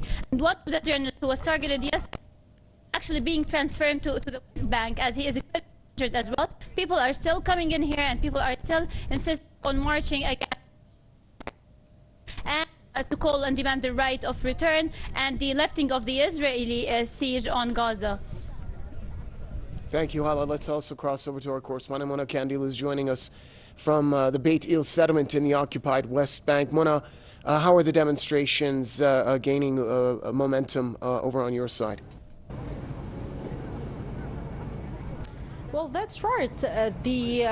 More Palestinian protesters are joining this demonstration, and we were witnessing more clashes between Palestinian protesters and Israeli soldiers. As you know, exactly at 12 o'clock local time, the 70-second siren sounded across the occupied West Bank in many cities to mark the 70th anniversary of the Nakba, or catastrophe. It's the day when hundreds of thousands of Palestinians were forced to leave their homes and lands, and that led to the establishment or the declaration of the so-called State of Israel.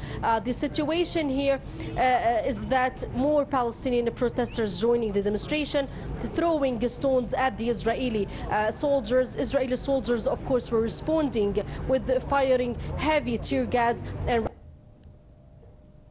with Palestinians coming up to this area, it seems that the soldiers just retreated back to inside the Israeli military checkpoint. As what you are seeing now is the area very close to the Israeli military checkpoint of Beit El, and of course it's the entrance to the illegal settlement of Beit El, to the northern entrance of the city of Ramallah.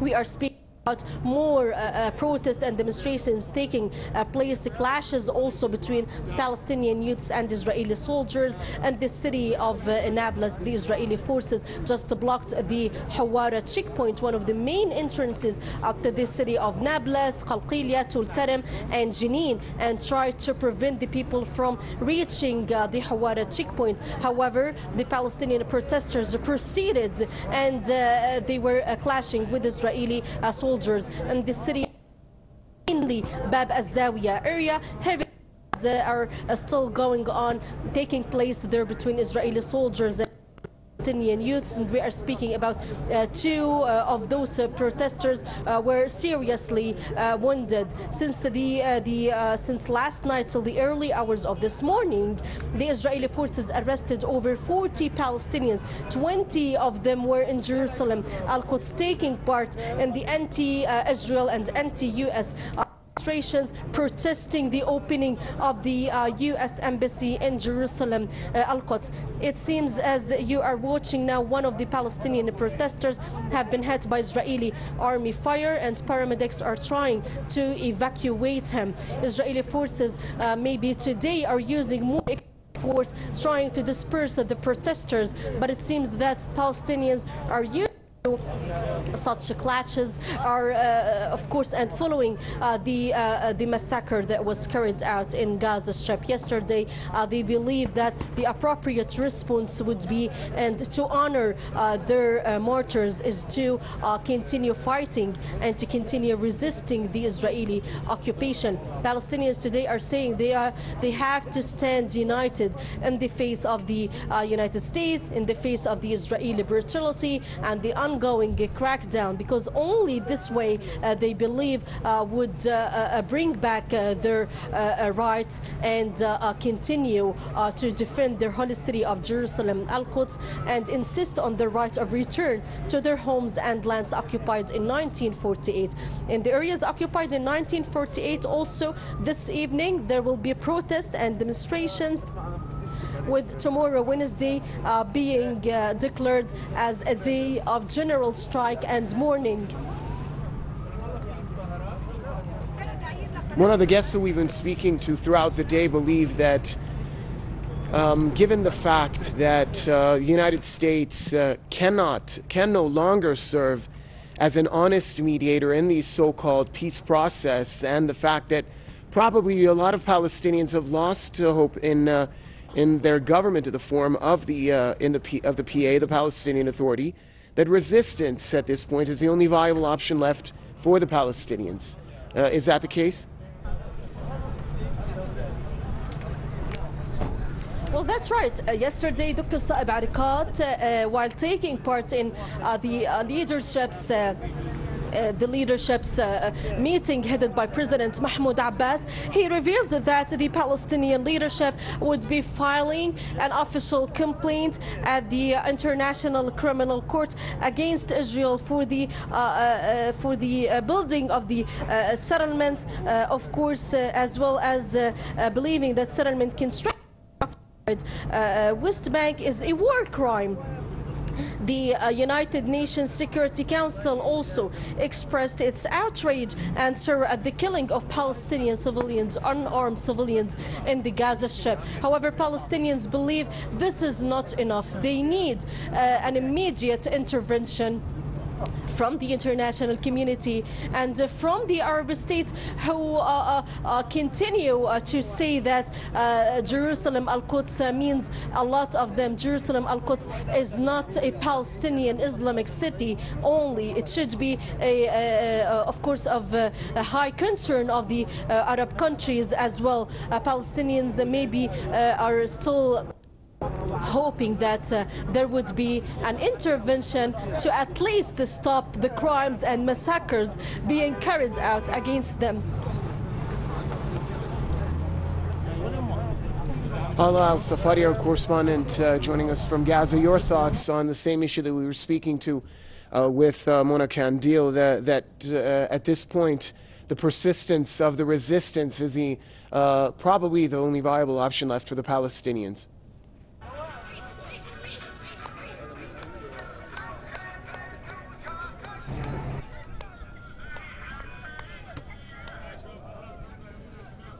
Paul, are you with us? All right, it appears that we don't have Halal Safadi from Gaza. Let's go back to our correspondent Mona in Ramallah. Mona, we were also discussing the fact of a more heightened global awareness with regards to the Palestinian cause, not on the political scene alone, but also from the public.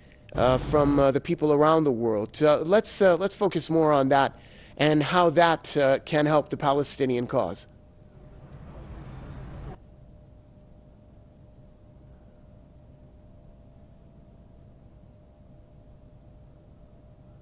Okay, so we don't have Mona Kandil right now. I think we've reestablished the connection with our correspondent Hala Al-Safadi in Gaza, so we're going to go back to Hala. Hala, if you're with us, let's talk about the persistence of the resistance as in the eyes of many, at this point, it remains the only viable option for the Palestinians.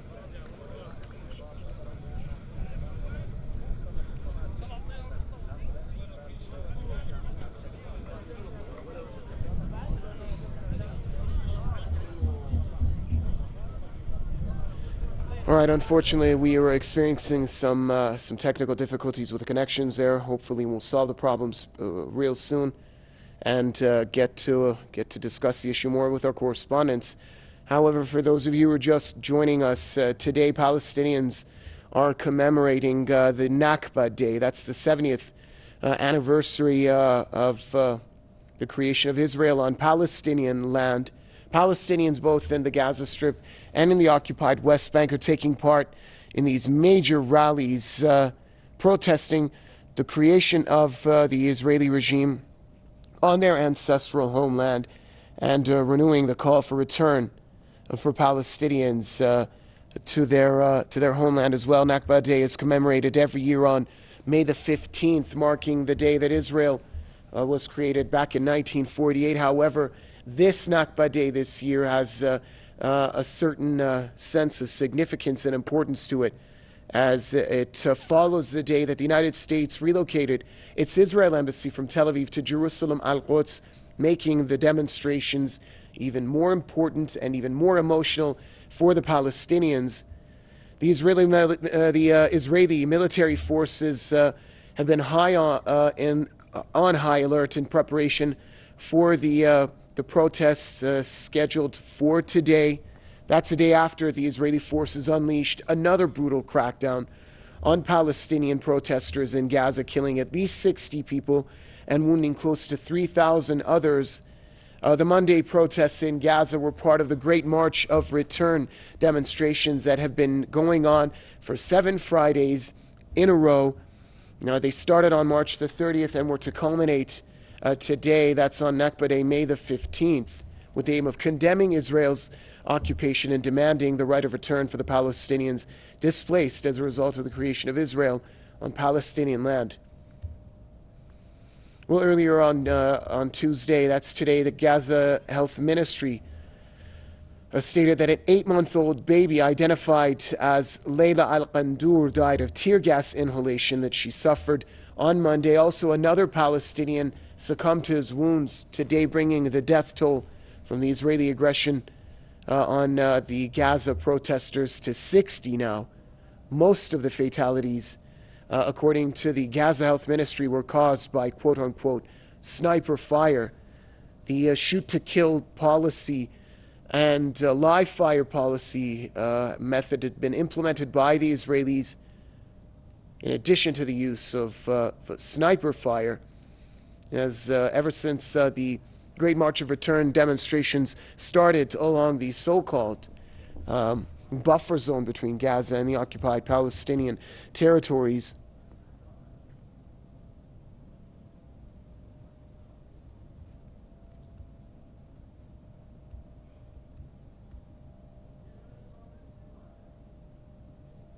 All right, I'm now being told that we've got our correspondent Hala Al-Safadi with us once again from the Gaza Strip. Hala, before we continue with the discussions, tell us about the demonstrations, any updates on the injuries there, and what are we seeing behind you?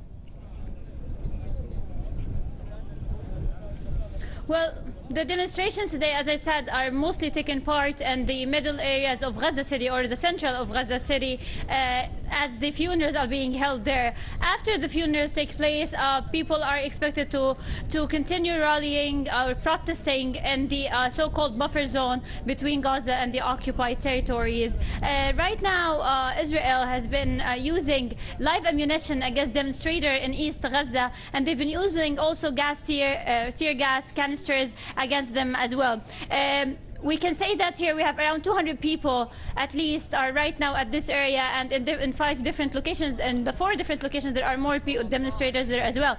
But again, there's nothing totally organized here, and this might be one of the reasons, as people here say, that comes as a result of the Hamas leader Ismail Haniyeh's visit to Egypt that was 2 days ago. Also keeping in mind that at the end of the day, or the end of the protests held yesterday, the organizers had called Palestinians or the protesters here to bring their demonstrations to an end, especially that Israel had used excessive force against them. So again here, we're just seeing random demonstrations and random demonstrators participating in the rallies here. Again, maybe this is because of the massacre that was committed against them, as the Palestinian Authority chief described it, and committed on the Israeli and Gaza border fence. People might have fears of participating again, as we know that Israel is not going to face these protests with nothing, but will face these protests with more force and with more aggression against the Palestinians here.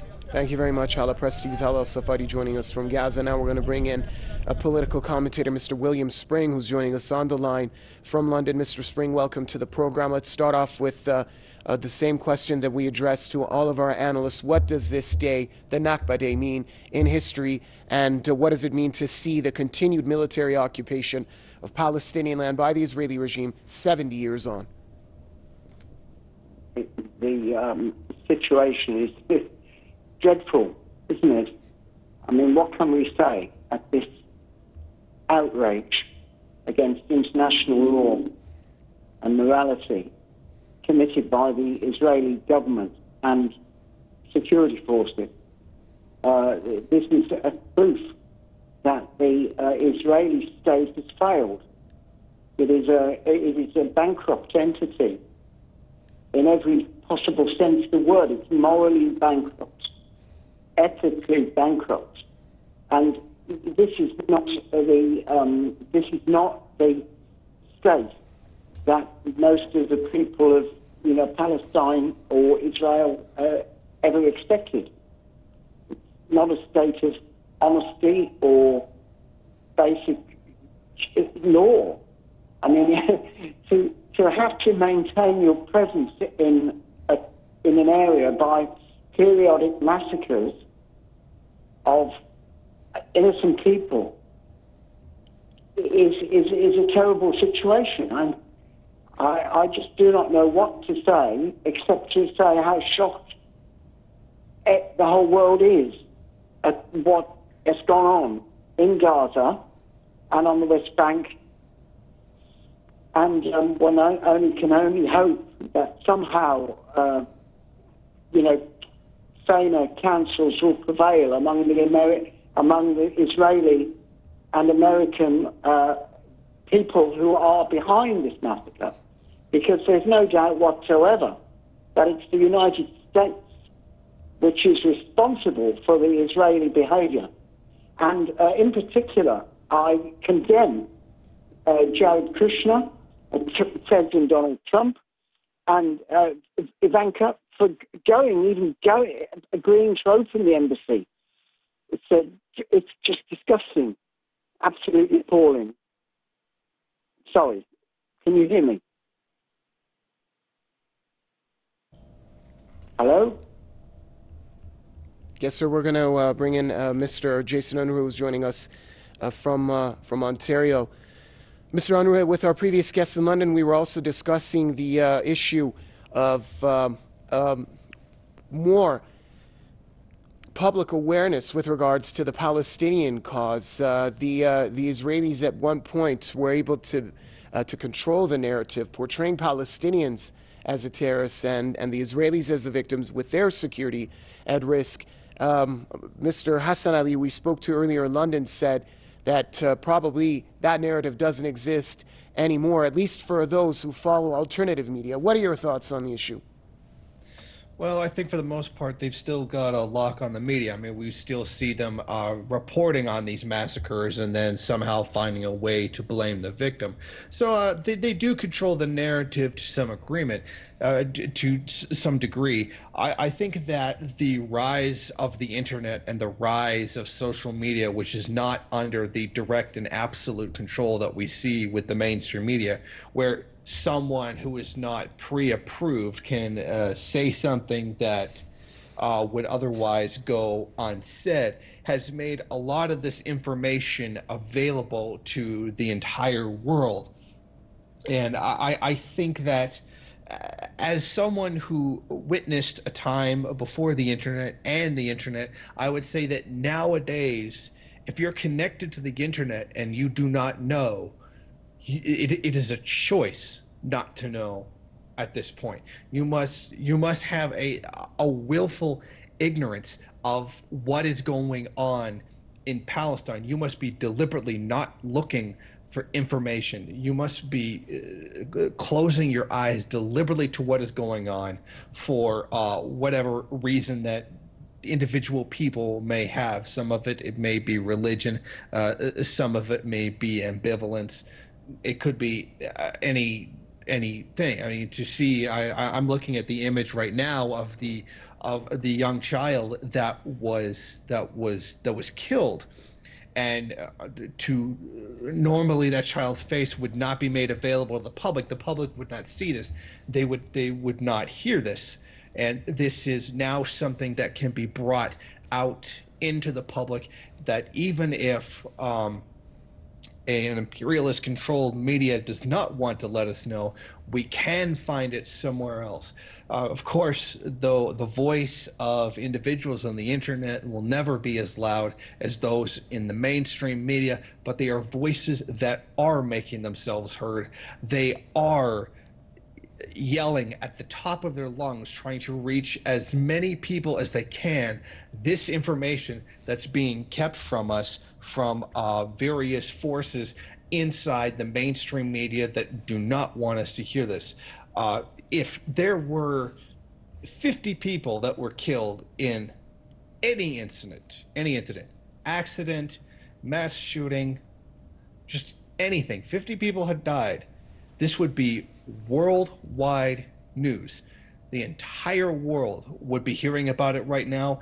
Every commentator in the Western countries would be giving their opinions on this and why it shouldn't happen again and what to do about it. And there would be an unending process of letting the world know what was happening. And we'd all be changing our profile pictures on Facebook to the flag of whatever imperialist country this disaster happened in. But because these are Palestinians, because these are the most marginalized group, the group that we are not supposed to hear about, we are not supposed to care about, we are not even supposed to know exist or ever have existed, we hear nothing. We hear token mentions in news updates, 20 seconds here, maybe 30 seconds if an individual mainstream media outlet is feeling generous.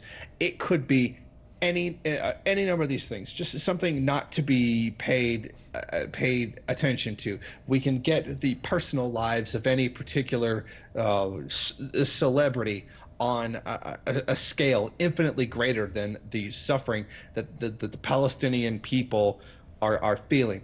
And it is because of the work of people like Press TV and other outlets like Press TV, people on the internet who are willing to go out there and find out what's going on and then bring that information to the public so that everybody sees it, that we are getting any information at all.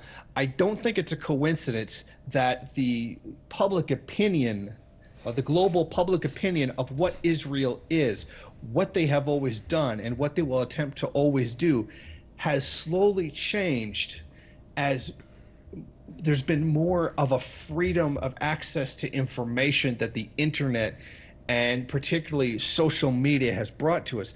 I don't think it's a coincidence that most of the turning of global public opinion against Israel has happened in the age of social media, where while there are attempts to censor said media, the majority of it is still free and open to a large degree for the world to see, for people to make aware that the greatest threat to tyranny, to tyrants, to emperors, is an informed public that knows what's going on. The threat to any totalitarian system is a free and open knowledge of the people, of what's going on, what can be done, what inhumanities are being carried out that they don't even know about. They learn how things work, and that is something that the mainstream media,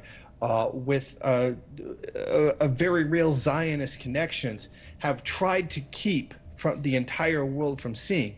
But this is something that alternative media, even larger outlets like Press TV, have been getting to the world, have been getting for people to see. Something that the internet has given us and access to has certainly largely changed the way that the world has seen Israel, and the opinion change that has come along with it is something that has been a great boon. I think that now that the internet age has come in, we are now looking at a world where information can no longer be so tightly controlled. I think that the information that makes available to people on the internet is somewhat akin to the creation of the printing press, that now knowledge can be written down and produced on a large scale and be made available to people where it was not made available before.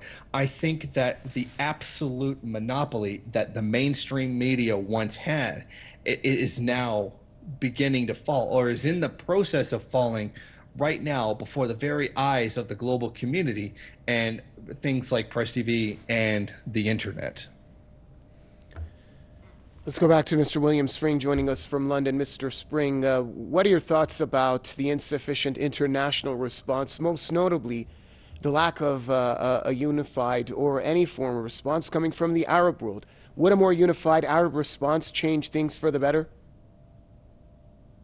The Arab response hasn't been adequate, but I think the main problem is the West, is the Europeans, the European Union.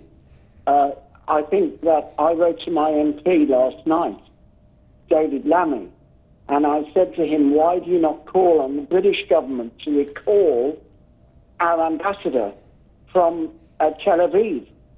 All the European Union states should recall their ambassadors. Diplomatic relations with Israel should be broken. This is a new development that has occurred as far as the perception of ordinary people is concerned. This is another step, a new step.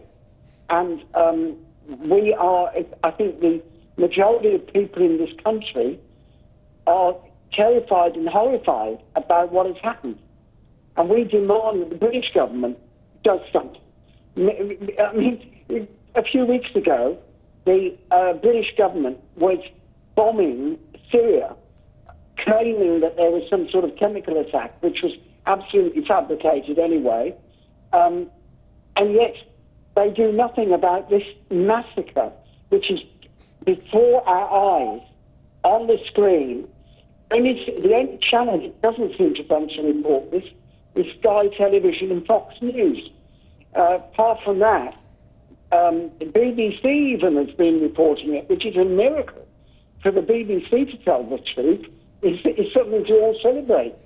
But I just think that there needs to be diplomatic repercussions, number one.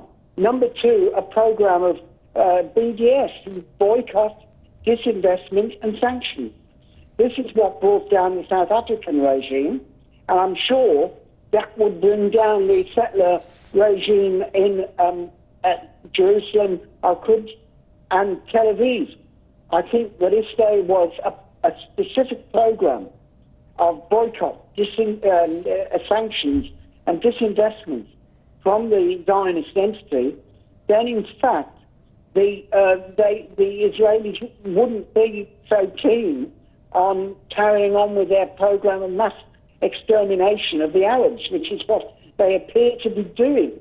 It is a genocide, and it is something which no one can tolerate. This has gone on for long enough. I mean, it's gone on for 70 years and more. Originally, the founders of the Zionist project presented this as giving the Jews a country to live in, a land without a people without land, for a land without people. That's what they said. In fact, it was a complete lie. And when the original pioneers or friends of Herzl found out that there were Palestinians living in Palestine, it wasn't an empty country, it wasn't desert, just simply nobody there, they turned around and said to Herzl that it was an immoral project. And this is something which has gone on, and this immoral project is carried on right through the years, and the Nakba is a consequence. That we're 70 years on, and no land has been recovered from Israel, but only more land has been taken. I mean, when I was young, Israel was a fairly small state. It had been built up after the 1948 war. But then they had another war in 1956 against Egypt. And then they had another war in 1967. And it took over immense areas of land, took over Jerusalem.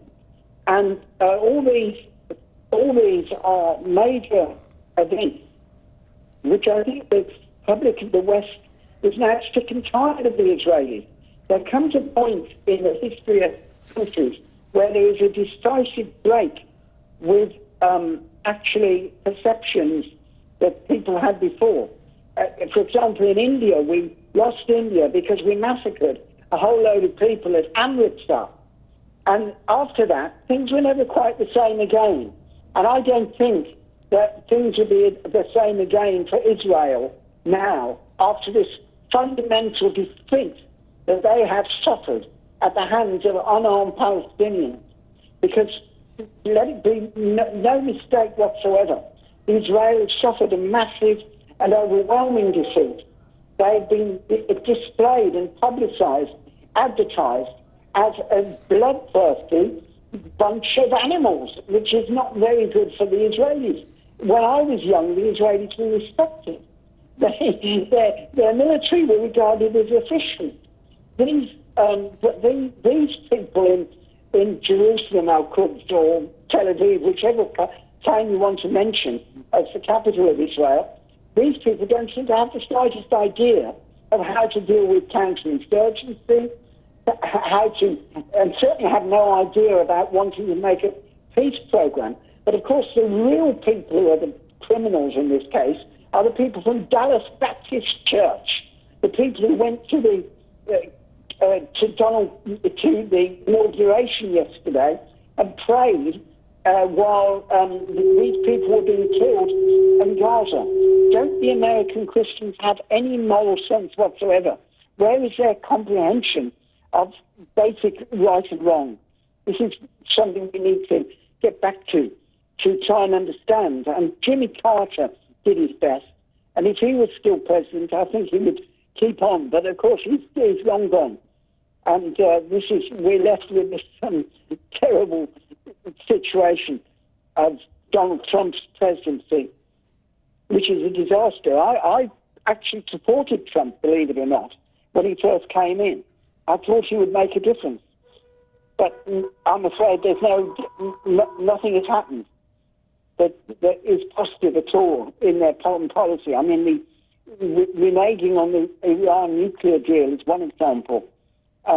Now this disastrous provoked massacre by American or Israeli forces. In fact, Although it's the Israelis firing the ammunition, the actual people firing are the United States of America. It's the Americans who are responsible for this, and the British and the French who are doing nothing. We demand action. That's why I wrote to David Laming. And I hope David Laming, if he's listening to this, or if anyone can tell him to reply, that this is a very important issue. That it shouldn't just be South Africa that withdraws its ambassador from Israel. It shouldn't be just Turkey and South Africa. The whole entire Western world should withdraw diplomatic recognition from the Israeli entity, because whatever was set up in 1948 has got no similarities to what is going on now. This is a hegemonic project aiming to destroy peace in the Middle East, and they seem to be succeeding pretty well. Thank you, Mr. Spring. Let's cross over now once again to our correspondent, Hala Al-Safadi, who's joining us from Gaza with more updates on today's demonstrations taking place there. Hala? Well, Israeli troops are armed to their teeth, as you can see. More jeeps are coming to this area right now. They have been throwing tear gas canisters against demonstrators. If you can see also behind me, there are a number of demonstrators burning tires and throwing stones and trying to reach as close as possible to the so-called defense between Gaza and the occupied territories. The Israeli troops is opening a fire.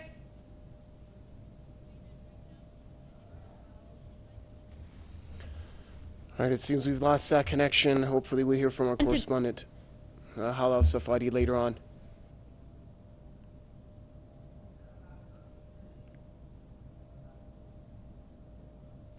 Well, Palestinians today are commemorating the Nakba Day, or the Day of Catastrophe. 70 years ago on this day, Israel was created on Palestinian land, which led to the displacement of 750,000 Palestinians and also set a ripple effect which has led to the displacement of millions of Palestinians who live in refugee camps across the Middle East at this point. This Nakba Day, of course, is quite significant, as it follows the day after the U.S. relocated its embassy from Tel Aviv to Jerusalem Al-Quds, to the occupied city of East Jerusalem Al-Quds, as the U.S. President Donald Trump had promised in his announcement in December of last year, after he recognized Jerusalem Al-Quds as the capital of Israel. Following that announcement and following what took place yesterday, the United States has been receiving harsh criticism and condemnations from across the globe. However, the United States has, up until this point, totally ignored and disregarded to the international condemnation that it had garnered for its decision and its actions that it carried out, specifically yesterday with the relocation of its embassy.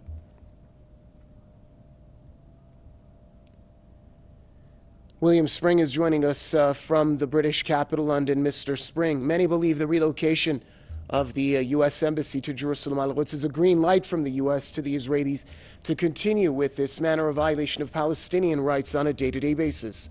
Do you see it in that light as well? Yes, of course. This is deliberate encouragement by Donald Trump for the Israelis to pursue a campaign of terror against the indigenous people of Palestine. And this was not something just accidental. It was a deliberately contrived policy. And we must say this has failed. This has been the biggest disaster for Israel of any event that I've ever experienced in my fairly reasonable long life so far. I mean, every time America gets involved in something like this, they mess it up. And this is, they completely messed up this situation in the Middle East. And they've messed up the situation with Iran.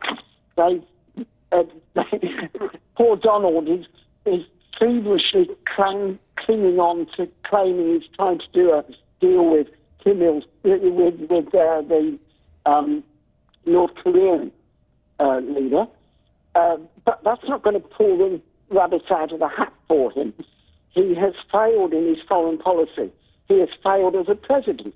I feel absolutely shocked and ashamed, because actually I did encourage people to vote for Trump, because I couldn't bear the thought that Hillary Clinton, who with her husband masterminded the attack on Yugoslavia, could get back into the White House again.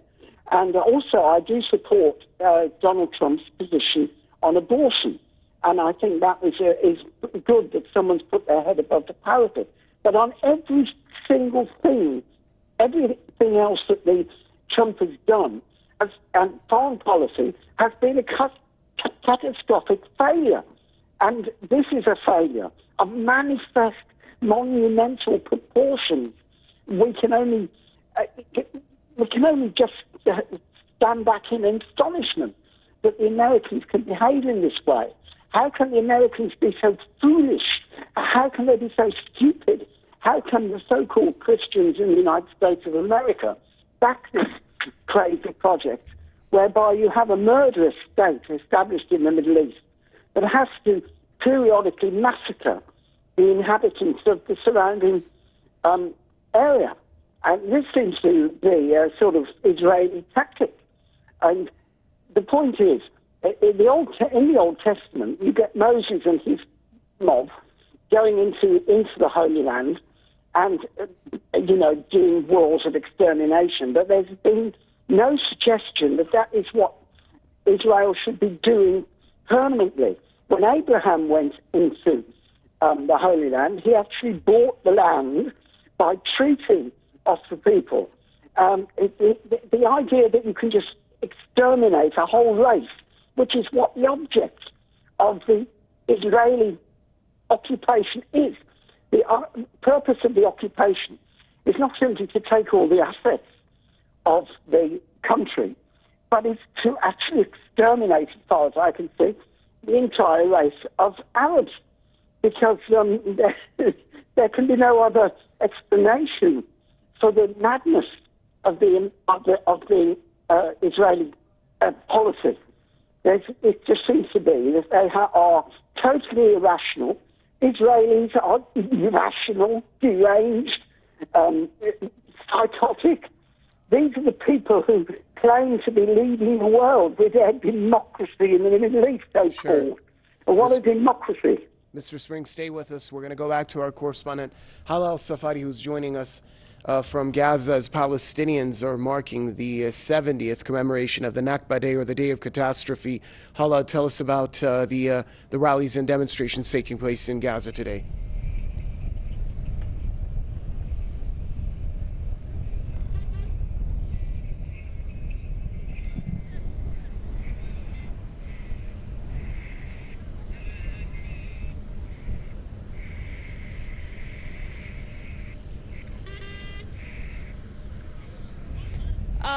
Demonstrations are being held in the center of Gaza City today to commemorate the Nakba Day, and also as a way to participate in the funeral of the 60 people who were killed yesterday by the Israeli fire while participating in the Great Return March rally that was held against the relocation of the American embassy from Tel Aviv to Jerusalem Al-Quds. Today we are standing here in the buffer zone in the east part of Gaza, between Gaza and the occupied territories. A number, or say hundreds of people, are here today in an unorganized event. They're here just coming out of their anger and their outrage against the American embassy decision, and also to continue to demand the right of return, a right that was granted to them by UN General Assembly Resolution 194. As you can see behind me, a number of demonstrators are burning tires and trying to breach the fence between Gaza and the territories. They still insist on in the occupied lands, as they say, or as they have told me, that they will not leave this place until they can set their foot on their lands that they have never seen before. Israel has responded using live ammunition against demonstrators. There were 2 injuries from this area where I'm standing right now. Also against the demonstrators. It's also worth mentioning that a young baby girl who is 8 months old also died yesterday because of the tear gas Israel used with her parents here, as her mom says, peacefully protecting the relocation of the American embassy. That's when Israel used tear gas against the demonstrators.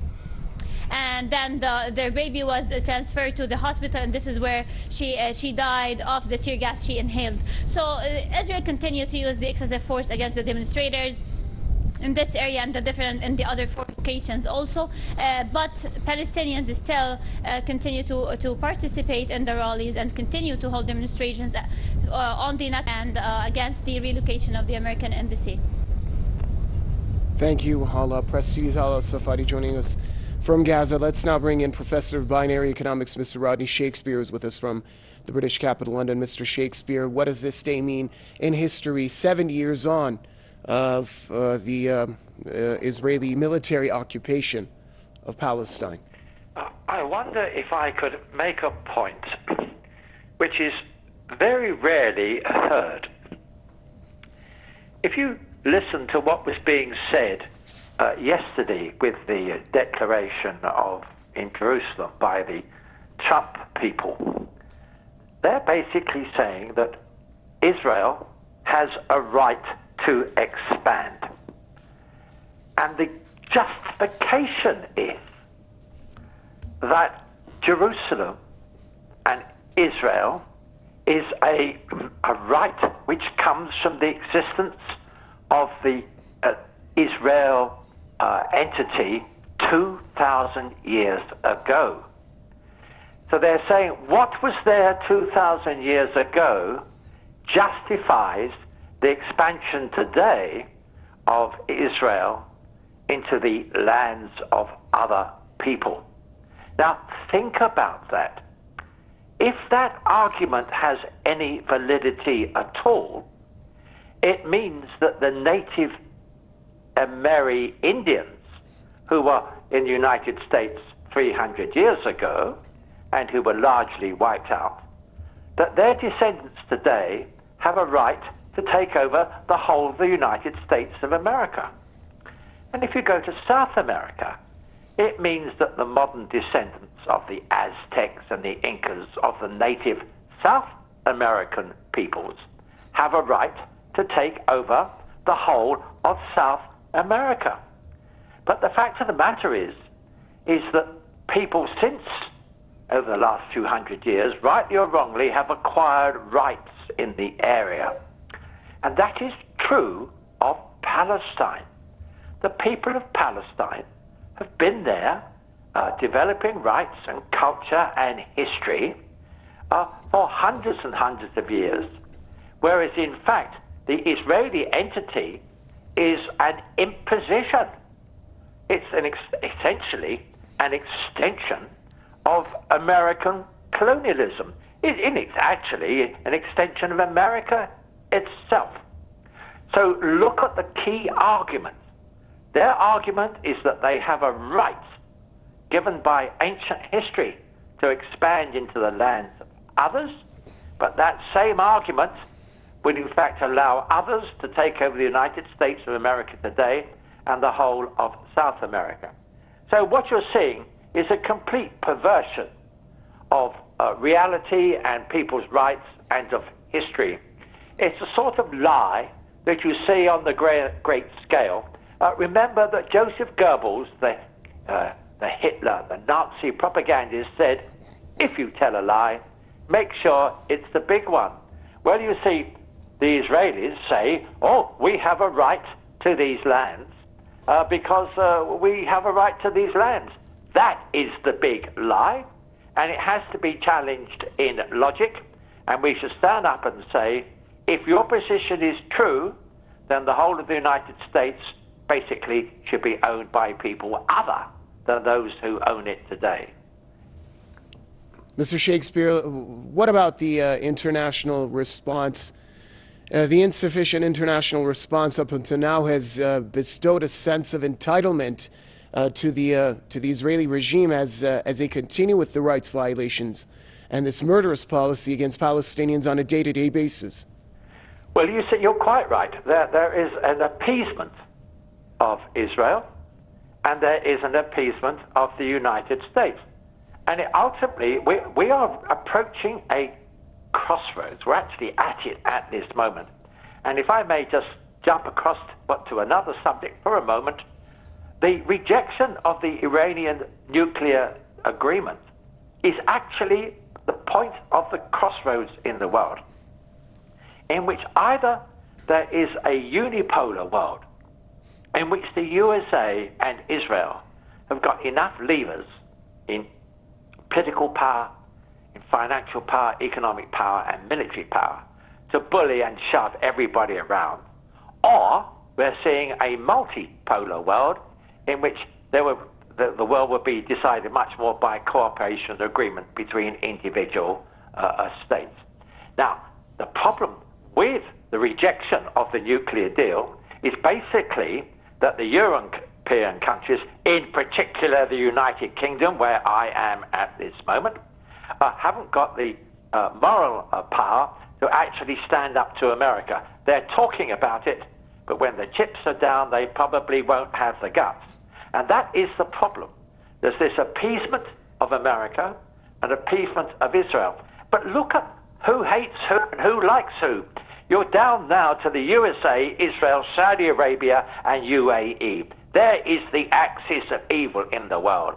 Everybody else now knows that they are morally corrupt, financially corrupt, and they are aggressors and killers. But at this moment, people are prepared to talk about doing something. They haven't actually got the guts to stand up and do something. And I want to say this, that if Europe is really to uphold the nuclear deal with Iran, with the consequences of moving towards a multipolar world, there will be an economic cost for Europe. But you have to look at the same time, you have to look at the development in the world and take a moral stance and take the long view. I'm not optimistic that the Europeans are going to do that. That said then, we have a world in which the USA, America, Israel, Saudi Arabia, and the UAE are now the axis of evil. Everybody knows it. And it really gets down to whether this brave fight in Palestine will focus the minds of enough people to say, we have to now to stand up and move towards the multipolar world. Part of doing that is for standing up for the rights of people whose rights who are being starved, bullied, killed, shot, gassed in Palestine. And at the same time, in doing that, we're starting the move in a brave way to a new world, a multipolar world. It is going to come into being, but it needs to be speeded up as quickly as possible. Well, thank you, sir. This just in, Iran's foreign minister, Mohammad Javad Zarif, has also slammed the Israeli regime for massacring Palestinians in cold blood. If our guest, Mr. William Spring, is still with us from London. Mr. Spring, when we see this form of condemnation coming in from world leaders, from political figures, from diplomats, from religious figures across the globe, are you surprised when you see that, first of all, the Israelis totally have total disregard and totally ignore these comments of condemnation, and to add insult to injury, the United States totally backs the Israelis when it comes to these condemnations? Yes, that's correct. The point is Israel is a security state. The leaders of Israel are impervious to public opinion, whether it be in Israel itself or Palestine or world opinion. if they believe, however wrongly, that their security is threatened, they will react in any manner of irrationally, and they will cut out any criticism in their worldview. There's no room for criticism of Israel. And if anyone criticizes Israel, they must be in the eyes of the Israeli leaders and the American leaders, because I see the two as interchangeable. The American leadership and the Israeli leadership are the same thing. It's one country. The foreign policy of the United States is controlled by the Knesset, not Congress. It's the Knesset, the tail wagging the dog. These are the people who have the control over Americans, over what they think, how they behave, and so on. And anyway, the point is that Israeli Americans cut out from their worldview any data which is inconvenient. And the idea that, that as is obvious, that the Americans and the Israelis believe in the periodic need to cull Palestinians for whatever reason, that they will find an excuse to massacre indiscriminately Palestinians every few years, and also others from the surrounding states, such as in Lebanon and whatever. All this is deliberate policy, and it is done because the United States is blind, deliberately blind, and the Israelis are equally blind, but they may have some justification in that they think they're defending their own state. But America has given all its thought and energy, and has linked up now with the Israelis, and the Israelis are running the show for the Americans, not only in the Middle East, but at home in the United States. The United States does not have an independent sovereign government anymore. The sovereign government of the United States has been subverted by a group of neocons and pro-Zionists in Washington who are tied up indissolubly, irretrievably with the Israelis. And one doesn't know what to say. One can only hope that at some stage the United States of America, the people, will want their independence back. I mean, they took their independence from Britain a couple of hundred years ago, and I think they are in a position to get their independence back from Israel, from the Zionists, who now dominate them. The people like Trump, they simply jump whenever the Zionists in Israel say something. Whenever Netanyahu says something, Donald Trump twitches and jumps out of his bed and tweets and thinks to say something outrageous. He is completely controlled like a puppet on a string. And Jared Kushner and Ivanka, I'm afraid to say as well, all seem to be in the same category of totally moronic, undecipherable people, really. I mean, they don't know what they want, except they have to respond to their masters, who are the Israelis. This is a really crazy situation. I mean, the United States used to be a great country. It used to be this sovereign, the main defender of the West, the main defender of freedom. I never would have thought it possible for the United States to be degraded to this degree it has become, where it is simply a cipher for the Israelis and the Saudis, because this is a new trinity: United States, Israel, and Saudi Arabia. Saudi Arabia has been spreading violence and mayhem right through the Middle East and into Syria and so on, chopping heads of Christians and Zoroastrians and many other sects. And this has been supported by Donald Trump. But Donald Trump, who claims to be a Christian of sorts, but he doesn't do anything to assist the minorities in the Middle East, and neither does he assist he simply wants to back up the Saudis And it's been backing up the Saudis because of the Israeli pressure. Saudi Arabia and Israel have been in alliance for many years, but it's only become very obvious in the last few years that their alliance has lasted for 40 years or so, at least. And these people are the people who are pulling the strings and forcing Donald Trump to be a prisoner of his right wing. So he's going down this terrible path of where he's completely under the control of the Knesset, under the control of the Israelis.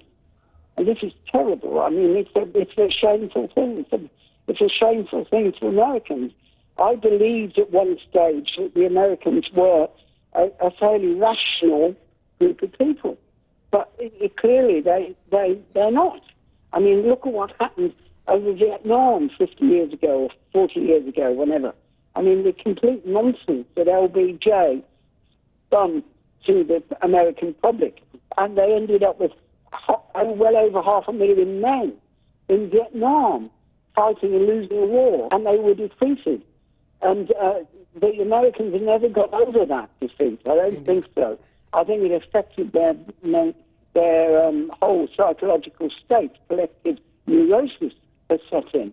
And sure. I think that this is a very sad situation. Let's go back to our guest, Mr. Rodney Shakespeare, joining us from London. Just a few moments ago, Mr. Shakespeare, we saw on the bottom of her screen stating that Ireland has summoned the Israeli ambassador over the Palestinian bloodshed. Would you say that there is a heightened sense of global awareness, not just publicly but politically now, with regards to the Israeli occupation and in support of the Palestinian cause? Oh, yes, indeed. There is certainly a heightened awareness. And Ireland summoning the Israeli ambassador is the sort of thing. And when you look at the voting, shall we say, on the move to Jerusalem as the capital in the United Nations Assembly, there is a colossal awareness of the situation. There is awareness that at the moment there is no solution being proposed by America or Israel. If you look at the de facto annexation, there can be no solution at all, a two-state solution, because the West Bank has been de facto annexed. The Golan Heights have definitely been annexed. And now East Jerusalem is effectively annexed. The expansion goes on, and America has no intent of developing a two-state solution at all. I wish to say that your other commentator, William Spring, gave a most marvelous account of the situation, saying that America and Israel are exactly the same thing, and that America used to be a country, well, at least people did respect it. America has always been a country which actually suppresses democracy. William Spring mentioned Vietnam. He could also have mentioned Korea, where all the time the Americans have ended up originally supporting a most gruesome right-wing regime. The Americans today suppress democracy in the Middle East. They support cruel autocracies like Saudi Arabia, and the deal is that Saudi Arabia will be supported to suppress its own people as long as Saudi Arabia supports Israel. And that in practice, and it's out in the open now, isn't it? Everybody knows that Saudi Arabia and Israel are in cahoots. So I congratulate the Irish ambassador taking a stand. All decent people throughout the world know full well that a slaughter is going on at this very moment. There are a bigger scale slaughter, of course, in Yemen is going on, and I don't want to go off the subject, but we must remember that the oppression of the Palestinian people and the oppression of the people of Yemen is really the same thing. It's the oppression of the democratic aspirations of people throughout the Middle East. And those who say it's about oil, it's not. Oil can always be bought on the open market.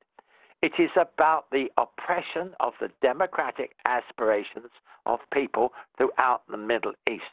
And those who oppress, like the regimes in the UAE and Saudi Arabia, are supported in their oppression as long as they support Israel. This type of behavior was used by the Roman Empire and used by the British Empire. And today, the Americans and the British still do the same thing. Well, I do hope that looking at the signs, that the world is waking up and is going to say, we are going to challenge it. Putting it in the bigger context of the world is moving from a unipolar world to a multipolar world.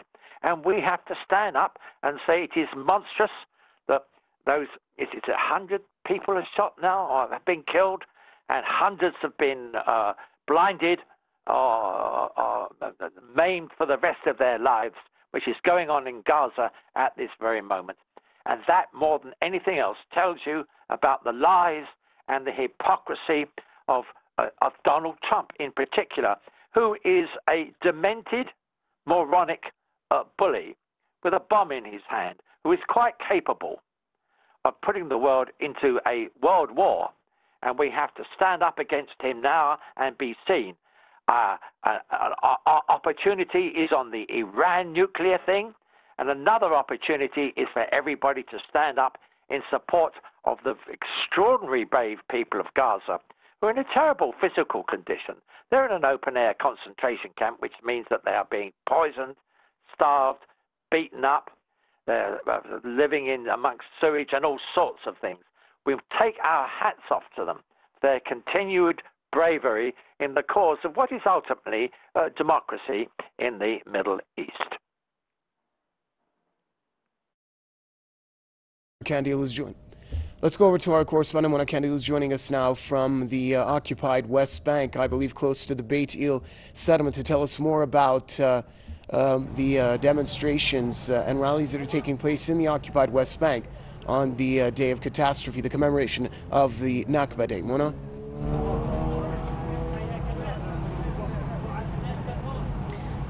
Clashes are still taking place here near the illegal Israeli settlement of Beit El, and of course very close to the Israeli military checkpoint of Beit El. As you know, today it's another day of raid, a day of mourning, and a general strike here across the occupied West Bank, and Palestinians are commemorating the 70th anniversary of the Nakba, or catastrophe. Of course, at 12 o'clock, Palestinian protesters marched from the center of the city of Ramallah to the Beit El military checkpoint here, and as soon as the protesters arrived very close to the military checkpoint, Israeli soldiers started firing heavy tear gas, stun grenades, rubber-coated bullets, and the soldiers even used live fire in order to disperse the protesters. And we are speaking about a number of Palestinians had been injured here in the area. As you can still see more Palestinian protesters coming to the area. They are still throwing stones at the Israeli soldiers, burning tires.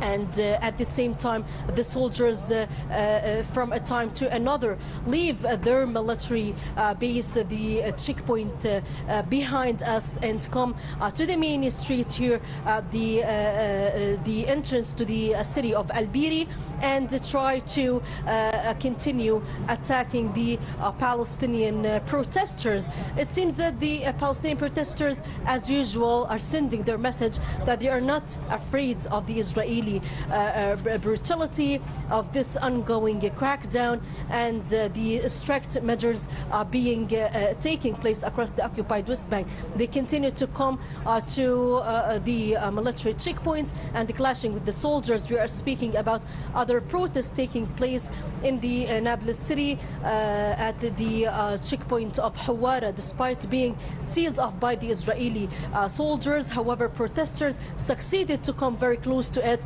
Heavy clashes took place there in the area of Bab al-Zawiya and Al-Khalil, the city of Hebron. Also heavy clashes had been taking place since the the morning, since the very early hours of this morning up till the moment in Ariha, the city of Jericho. Also heavy clashes are still taking place. Palestinians today are saying that they are mourning their brothers who were killed in the Gaza Strip, the besieged enclave, this murder, cold-blooded murders, and the bloodshed that was carried out in the Gaza Strip, with the killing of 60 peaceful demonstrators and the wounding of over 2,500 of the Palestinians who were peacefully protesting the opening of the U.S. Embassy in Jerusalem, Al-Quds, and of course demanding that they have a right to return to their homes and lands. Palestinians today are saying that the only unity would allow them to achieve their goal, that is bringing the Israeli occupation to an end, that is insisting that Jerusalem, Al-Quds, is the eternal capital of the future Palestinian state, and that the besieged enclave of the Gaza Strip should, of course, breathe freedom again. Thank you very much. Mona Press TV's Mona Kandil joining us from Beit El in the occupied West Bank. Let's go back to our guest, Mr. Jason Unruhe, joining us from Ontario. Mr. Unruhe, the guest that we're speaking to, Mr. Shakespeare in London, says that a multipolar world is in the sights, which eventually can challenge the current status quo that we're seeing here. What do you think, sir? Certainly true. If you have multiple powers in the world that are of somewhat comparable strength, there is room for the oppressed countries in the world, and few could be said to be as oppressed as Palestinians, have an ability to maneuver between these multipolar countries, and are able to find perhaps an ally in a world where they can see only people who are enemies and people who are only willing to stand by while they die. I mean, it's fairly obvious that Israel is an outlet for U.S. power, and that is how Israel gets away with doing the things that it does in this world with competing powers. There's someone who's at least willing or able to stand up to that, to challenge that set of interests, which props up Israel as a state, which allows this rotten regime to exist, allowing there to be an alternative power in the world. Someone who can question that, someone who can try to undermine it, someone who can try to wield some kind of influence to change things however they decide to do that, whether that be overtly in Syria as Russia and Iran are doing, or something less overt, the way China continues to build the Belt and Road. There is a growing resistance to what is happening, and it is the hope of the Palestinian people that they can reach out to one of these powers, which gives them an opportunity to reach out to someone who may be powerful enough to help them. Whereas obviously the only person they would be able to reach out to in a unipolar world would be the United States, a country which has demonstrated nothing but complete and utter contempt for them and the suffering that they have gone through. These situations, while they are primarily economic, there is always a political cover to all of these things. There are always political maneuverings. I know, as they say, politics is war without guns, and war is politics with guns. There's always and as I said, an ability to maneuver between these different powers, and hopefully there is someone out there who is willing to say something, someone who's willing to help them. It's rather disconcerting for me to see Putin shake hands so happily with Benjamin Netanyahu, who is such a horrible person, when both of them are directly opposed to each other in the ongoing conflict of Syria. It is at least to create some kind of hopefulness that there will be a possible global shift of power that maybe somebody else can wield more influence in the region than the United States has unchallenged, has done so without being challenged for so long, that can begin to turn the tide of the U.S. dominated influence in the region. As we saw, it's very clear that they're not going to get Syria, as Syria is lost to them.